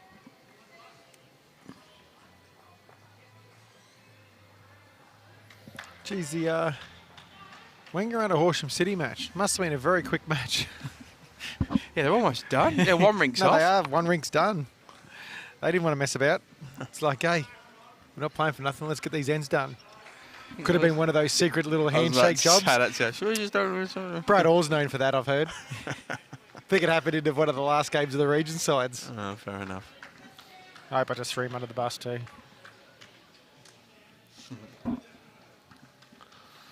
Yeah, weird not to see him up here this weekend just gone, mate. He's always in and around it with Shep Golf normally. First time in 6 years.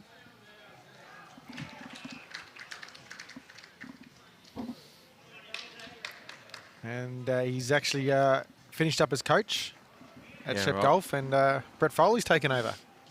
Good stuff. I think they're in better hands now. Going to spend some more time with the family, or? Oh, he'd be playing bowl still. Oh, but I mean, giving up the coaching. Yeah.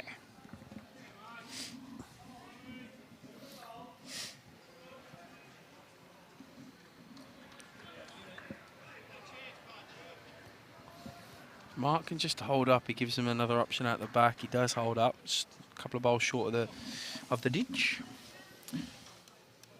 27-34 the score. Portland in front by 7 now after 36 ends.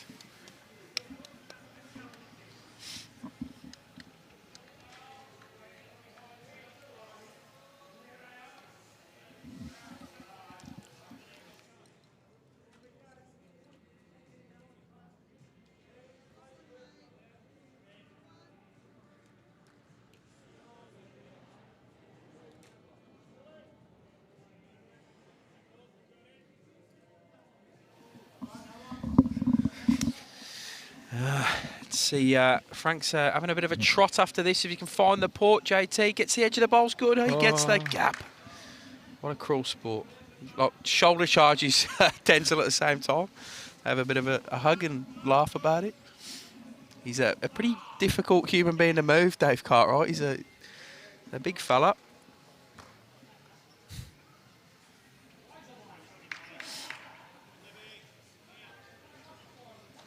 Yeah, Liv's not going to get back from that line. Right idea though, trying to turn the grade, get underneath it. It's ended up in a good home for him. And he's moving on the jack and she's there for it. It's a cracker as well, that one next door, mate. The only dead rubber at the venue, Wangaratta v Horsham City. 35 apiece with 5 to play. Fighting tooth and nail to win the last game, them two sides.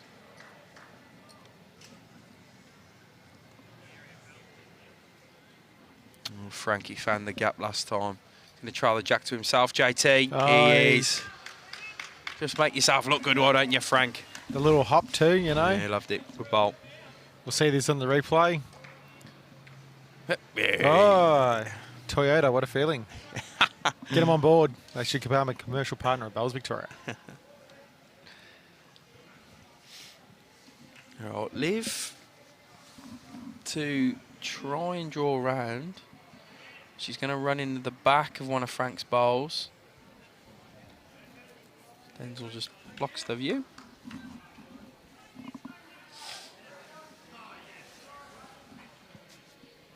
$23.35. I'll make it. No, it can't be 23. What is it then? Well, weren't they on 27 before? Yeah, right. 27. I reckon it's got to be either 28 or 29. I am known to do it too, Rowdy, so.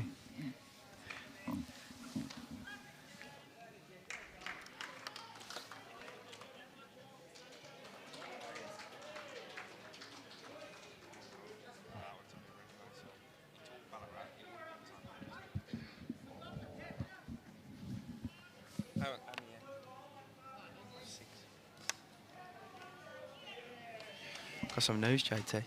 Oh, yeah? You want to hear it? Here we go. Gisborne's hit the front. Gisborne have hit the front. There you go. They're one shot in front with 6 ends to play, so they've now put their foot in the final. It's only a small foot, but they're putting it in there. Unfortunately, Jeff, they're having a bit of a battle against Lakes Entrance, the guys from Tarr. Currently down by about 20 shots. So Gisborne need to win, or if they win, sorry, they're in the final. They've been down all game. They've gone 1 in front. As Kerry Gouley picks up another 2, and Denzel goes whack. Takes 2 of the 3 that they were holding out. Kerry Gouley's having a day out on the far rink. 27 minutes left of this contest. So we've had our first pendulum swing change over in the Section A. The Lakes Entrance have had their foot in the final since pretty much N1 because Gisborne have been down, but now they're in front. Can we see the same here, JT, in this section? Can Bundy, who have been behind Portland all game, can they find a way of getting in front? Denzel asking if they've got 2 seconds. I don't think they will. I think that back on might cut one out. It's a funny angle. Don't do that. Denzel saying I'm going to try and put the kitty in the camera. Problem is, if he goes it and only halves the jack, he's going to go 3 down. Yeah, he is. Back edge is back the other way. We conniption then, Brad, when he said that. He's not that good of a driver. Oh. It was always safe, that camera.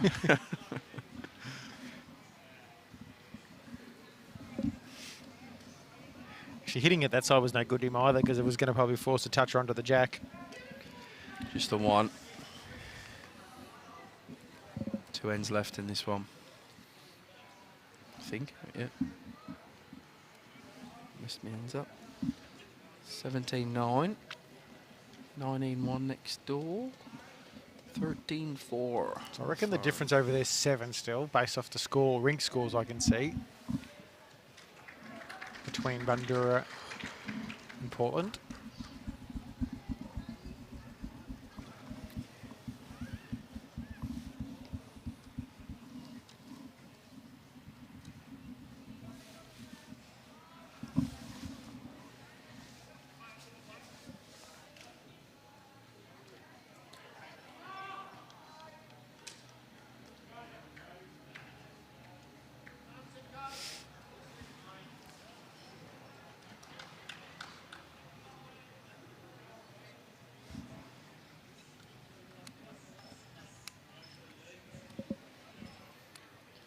This game's only got 7 ends to go and there's 9 in the difference. You'd probably say, and go out on a limb, City of Geelong's at this situation. And they're just going to have to keep a beady eye or a beady watch on the game behind. Because if Bundoora manage to get their noses in front, that'll tumble City of Geelong out of the finals berth. Sorry, Ethan, I missed your comment there. What time was the final? About 3:30 would be my best guess, mate. That's what time we got the weekend one kicked off at. I just want to give the players a good 20-minute, 30-minute break before that one, just to get ready for it. We're going to switch some rinks over as well. I mean, you're going to have to do that, JT, because Big Kev isn't in the building today. So what are we moving them half a rink? Or what? No. Yeah, so you see where 3 is? Yep. So we play on 3. Oh, because there's a gap between those 3 and that. So we play 3, 4, 5. Correct. But just move them over 4 and 5 over rink. Got it, mate. I'm all over it. Also give them 2 trial ends before the final because the guy's coming off grass. Absolutely. Makes sense. Well, I reckon that game has narrowed a little bit. I reckon another 2 to Damien De Florio's rink. So we'll keep an eye on the Bundoora game. So all you City of Geelong supporters know exactly the full picture. We've also sent Tony down to the Gisborne game. We'll get end by end updates on that. It's currently, nicked out in front now. Gisborne 43, Eaglehawk 37, 5 to play. So Gisborne getting closer to that final spot in that section. Portland is 4 shots now in front of Bandura, 35-31. How many to play, JT? Can you see the ends? 6, according to the overall. So Bandura need to outscore Portland by 5 in the last 6 ends to get themselves into the final. It's within reach.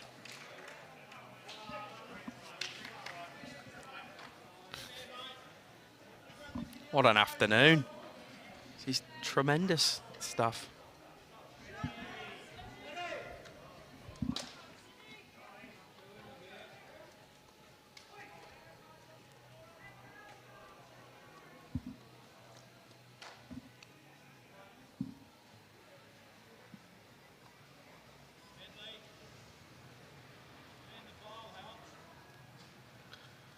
Mark Bentley. Ooh.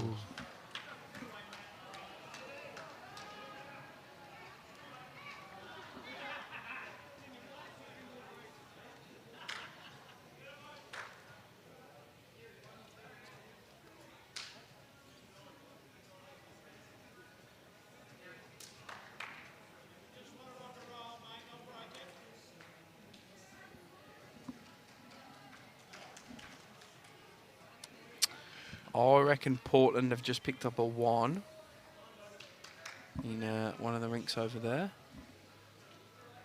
On the Tony Chiavello rink. I reckon they've picked up a 1 next door as well, so that's another 2. Lorraine Myers got another 1 on that rink. Jimmy, you're slipping? Wow, I'm trying to watch 2 games here, pal. Oh, it's been amended. So it's actually 45. So 7 in front with 3 to play Gisborne. So they're almost there. If you're of a Ballarat Highland persuasion and you want them in the final, they're almost there. If you're from Gippsland and you want Lakes Entrance in the final, it might be slipping away.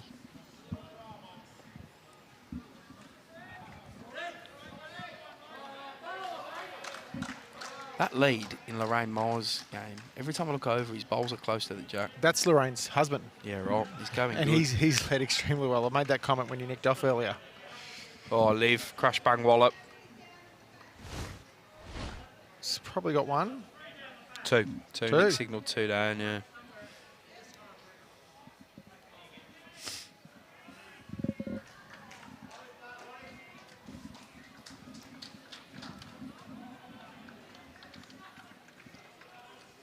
$20 minutes to go, so we'll get the ends completed on this one.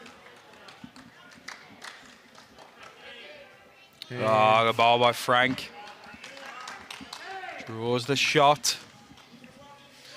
I think City of Geelong have done their part now, JT. I think they can almost rest assured that this game's done. They'll just be crossing all their fingers that Portland, who are their neighbours down there, down the southern part of the state. They are generally on good terms too, yeah. so they'll be hoping they can do him a favour. Nothing like a bit of neighbourly love.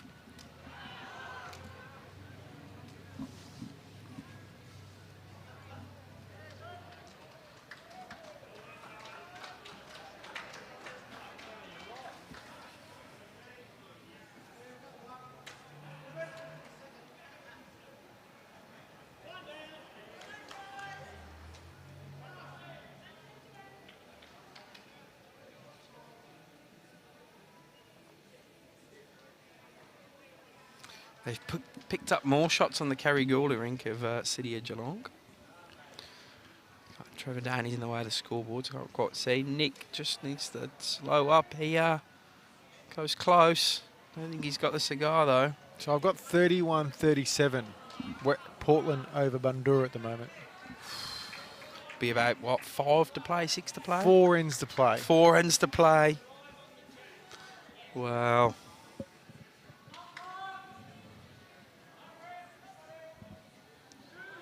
They're in a spot of bother.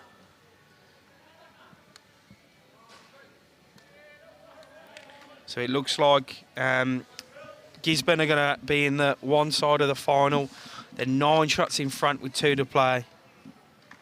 I'm going to send Tony to the Bundy game. Denzel just trailed the jack, but he's probably still one down. Probably the fizz has gone out of this. Yeah, well, the fizz left in this is City Geelong, 1 foot firmly in the final, but it can be kicked away if Bandora can get up. I can see Tony rushing down from the Gisborne game to the Bundy game. Got him getting his steps in here. So stick with us. We'll try and follow this one into the final. Whether that's going to be City of Geelong or Bandora, who it's looking increasingly likely will play Gisborne.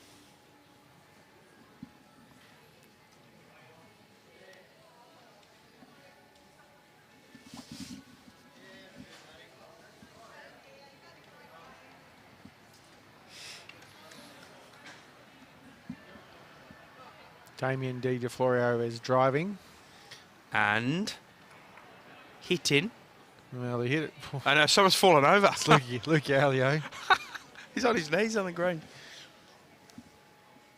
Trying to stop the ball going into their rink. Denzel goes big. Splits Ooh. one of Liv's. Jeez, that nearly hit It Tian did. then. It did. Did it hit Took a Tian? cleaner. It's nearly lost another foot. 1 at City of Geelong on this. 14-4 on the far game, so they've picked up another one. Won the last 6 ends in a row, they carry Gouldy Rink. So how you feeling, City of Geelong supporters? You reckon you're making the final, or you reckon Bandora are going to come back over the top of Portland in the dying embers of that game? We're watching, trying to keep our eye abreast of it all.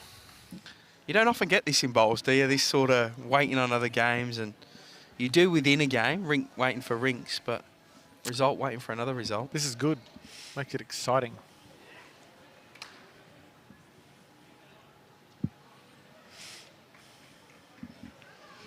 All right, we'll see what sort of shot Damien Di Florio plays here. We've got one. Muriel Wells reckons they're in.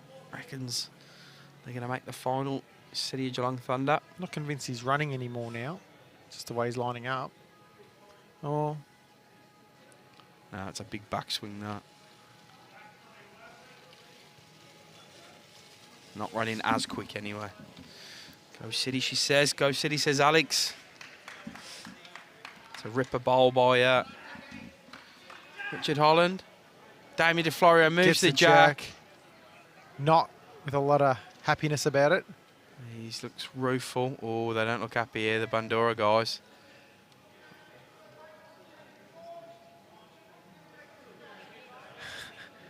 I don't know what's the result there. I don't know if it went dead. Might have went dead, actually. There's no indication of scores up or down, so it could have been Dead. Jack does move quite far on a carpet green. See the team manager for Geelong, City Geelong pacing.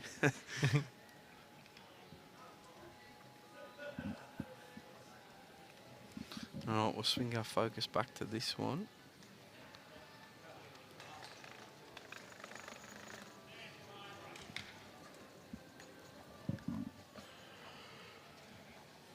Been impressive by City of Geelong in this match. You take a look at the other 2 rinks and the way they've steered the ship for them. Ray Myers' rink's 20-1 up.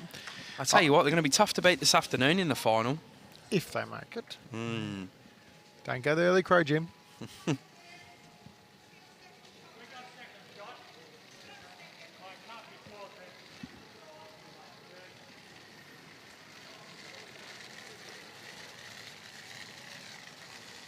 Who's that lad? His bowls bag's loud. If we can hear it through the headphones.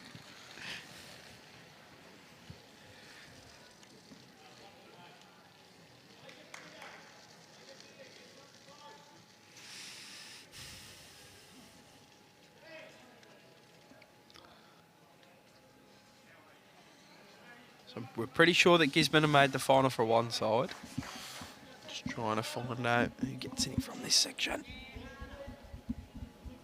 Ricky Elio's stalking his bowl. Bricked it after a bowl. He got a jack movement. Oh, his head's in his hands. And he's pointing at something.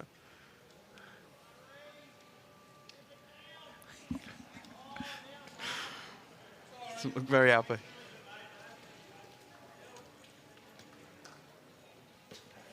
He's having a rant to stretch. Shent's just the sounding board for him. Looks like Trevor Downie's played a Super Bowl next door. Gets a high five from Lorraine as well. For one. They'll take them ones though, that Rink. Well, lucky they got on the scoreboard. There's no nudie run for him. Thankfully.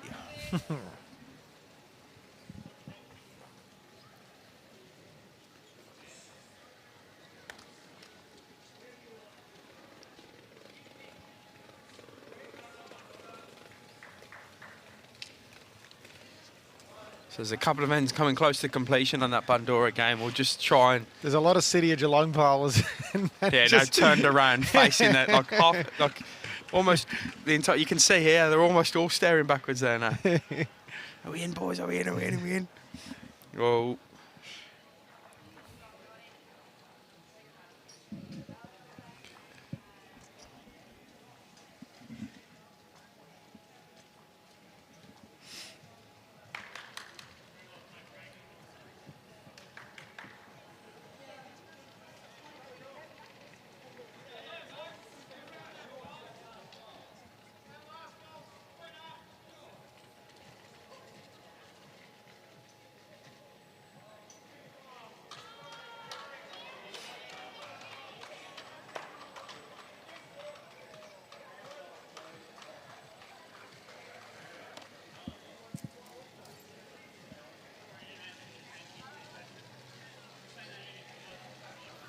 They need to make 8 shots up Bandura. It's 30 to 37. Whew. And it's 8 the difference between Gisborne and Eagle Hawk, which means Gisborne's home. Has Jimmy nicks off because he's got to give the 10-minute warning.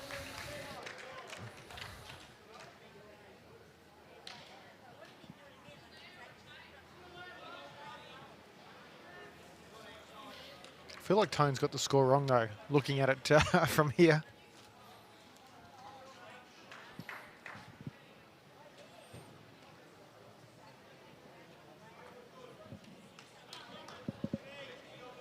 Liv, nice hit there. Her bowl follows, so's the other bowl. Her bowl wins the little race back to the back of the ditch. And they've got shot.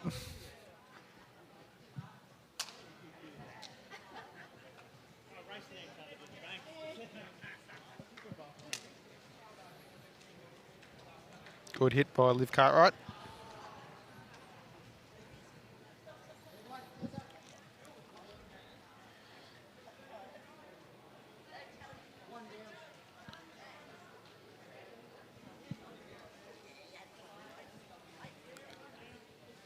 Tatura Hilltop got one on the last rink there in the last end.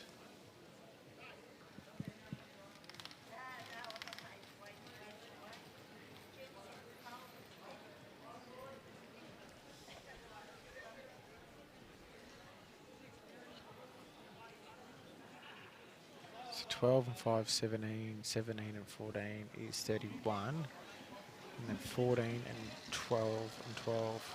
31-47. 31-37. Portland lead. No, it's 38-31. I just got a text. Yeah, he's slow. Fair enough. So they're 7 beyond, 2 to play, and they're both on the one rink. There's only I'll one tell rink. you what, you commentate this one out, I'll stand there and give you hand signals. Because Tony's too slow. Oh, his eyes obviously need checkered too.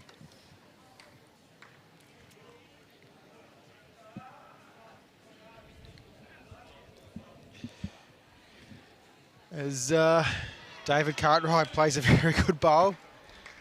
Bowl lands on the little lip that's there, and there is a little lip.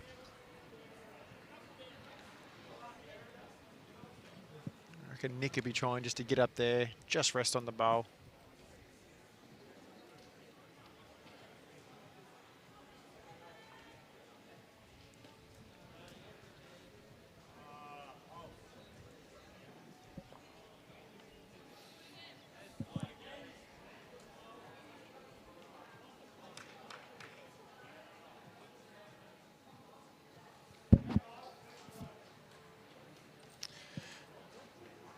It's the last bowl of the match on this rink.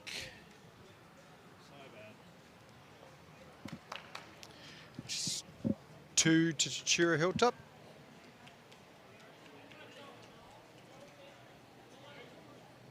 And the live stream rink finishes at 19:10 after the 15.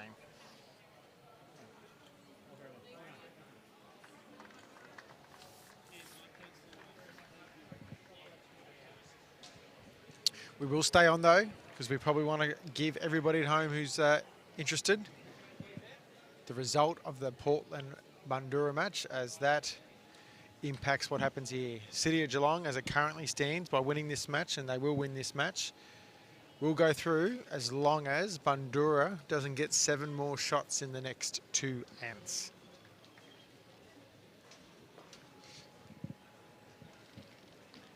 We are still going to follow the last remaining end of the Lorraine Myers and Trevor Downie rink. And as I said, we'll provide you scores and updates on the rink behind us.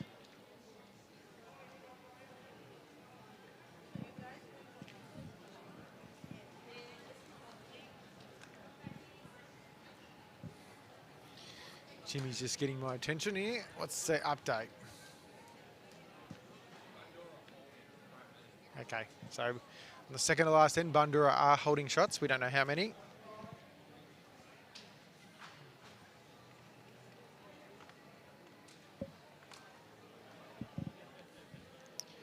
Trev Tandy be looking to finish on a good note. He's probably had one of those matches he'd like to forget about. He's probably been a stiff a few times. And then saying that the City Geelong rink has bowled really, really well.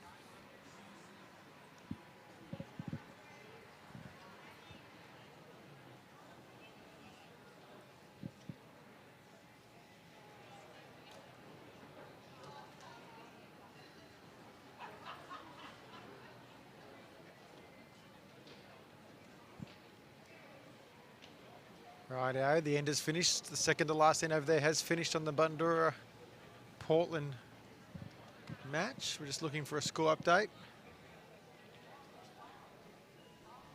That's 2. So Bundoora need 5 on the last end to draw that match.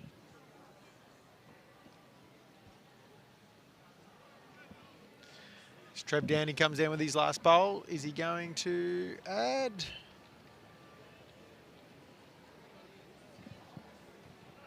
No, it doesn't change it.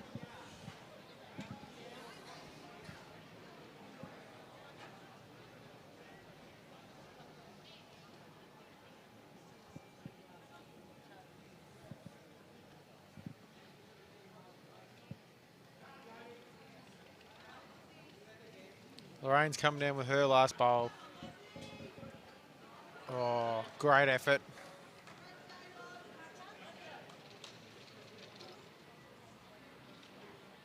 No, it was 1 to Tatura Hilltop.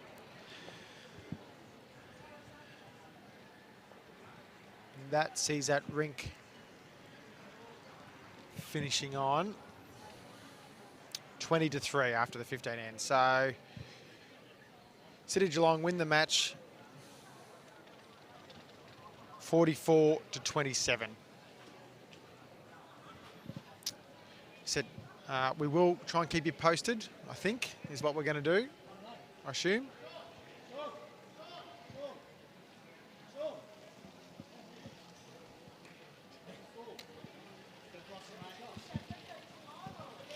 As the City Geelong boys walk past, I indicate to them that they are got 5 shots up their sleeve at the moment.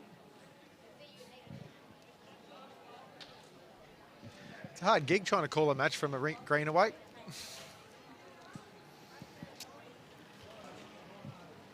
But if everyone stays on, we'll keep them posted with what's happening on that end over there. So, said City of Geelong got 1 foot into the final. As it stands, they will be playing Gisborne. That's unless Bundoora get 5 on the last end over there. 5 the difference, Lance. Good mate of mine, Lance Kelly, plays for City of Geelong.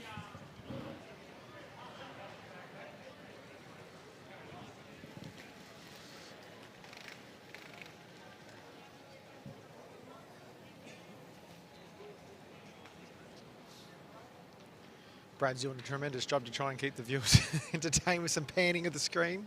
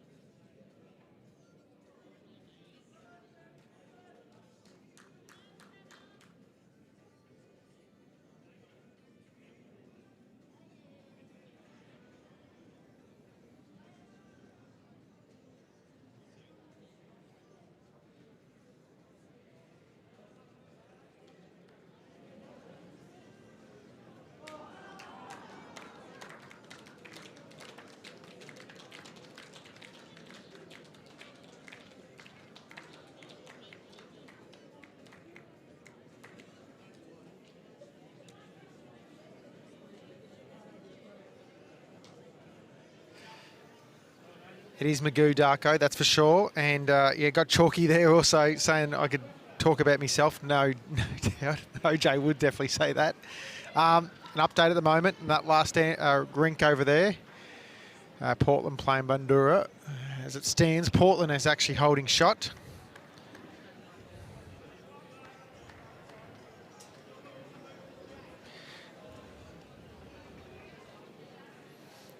Somehow I'm on the live stream now. I don't know how I got on the view, but I am trying to watch the match over there, people. I'm getting updates.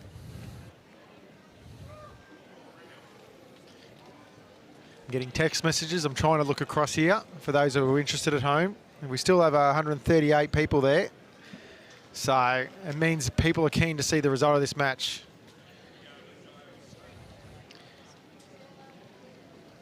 I do wonder if another dead end happens, Brad, how long I could pad and talk by myself here.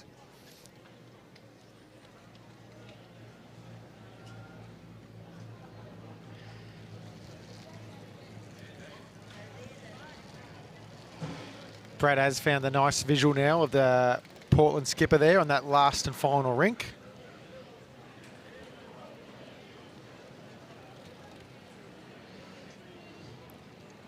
So at the moment, according to the messages, Bundoora trying to move the jack.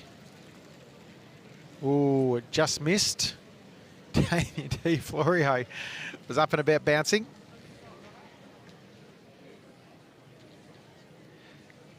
That is the timer too, which means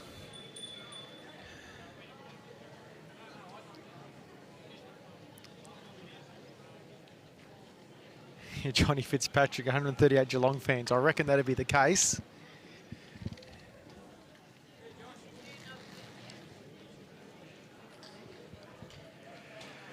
As it stands at the moment, City of Geelong will be in the final based off what the head's situated over there.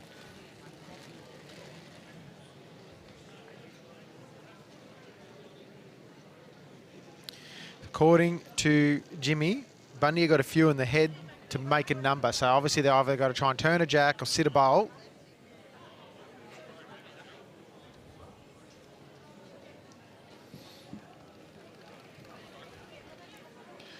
Let's get a read of Damien's bowl. He's following it. There's not a lot of excitement yet. He sits in the, he just touches the bowl and runs past 4 feet behind the head. Which means there's only one bowl left for Bundoora to try and reach the final.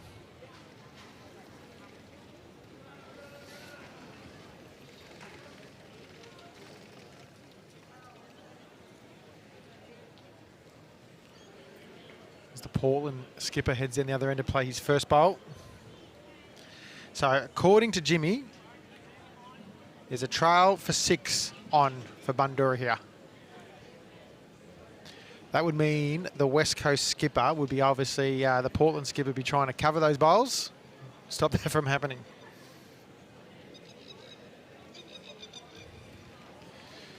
He is wide and long. Don't think that's covering anything. No, according to Jimmy, no. So, one bowl left. Damien De Florio has a chance to trail the jack for 5 or 6 here.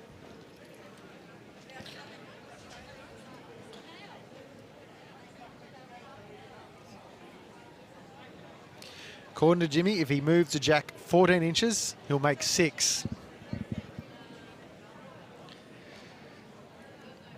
Bit of good communication here to get the results going. Rightio. Damien De Florio lining up.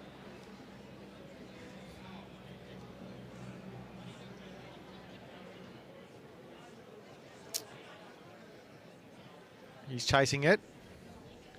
He is liking the look of it at the moment. Nah, Jimmy's giving me the no, it's no good.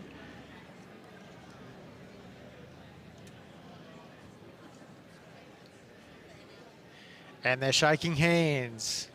Not sure how many shots in the end, but it means City of Geelong are through to the midweek state pennant final, and they'll be taking on Gisborne. So it's an all-country final like the weekend state pennant finals. So thank you everybody for tuning in. We reckon the final will approximately start at 3:30. You'll have Jimmy and me back doing the live stream, and we're looking forward to seeing everybody back on for that final. Cheers, guys.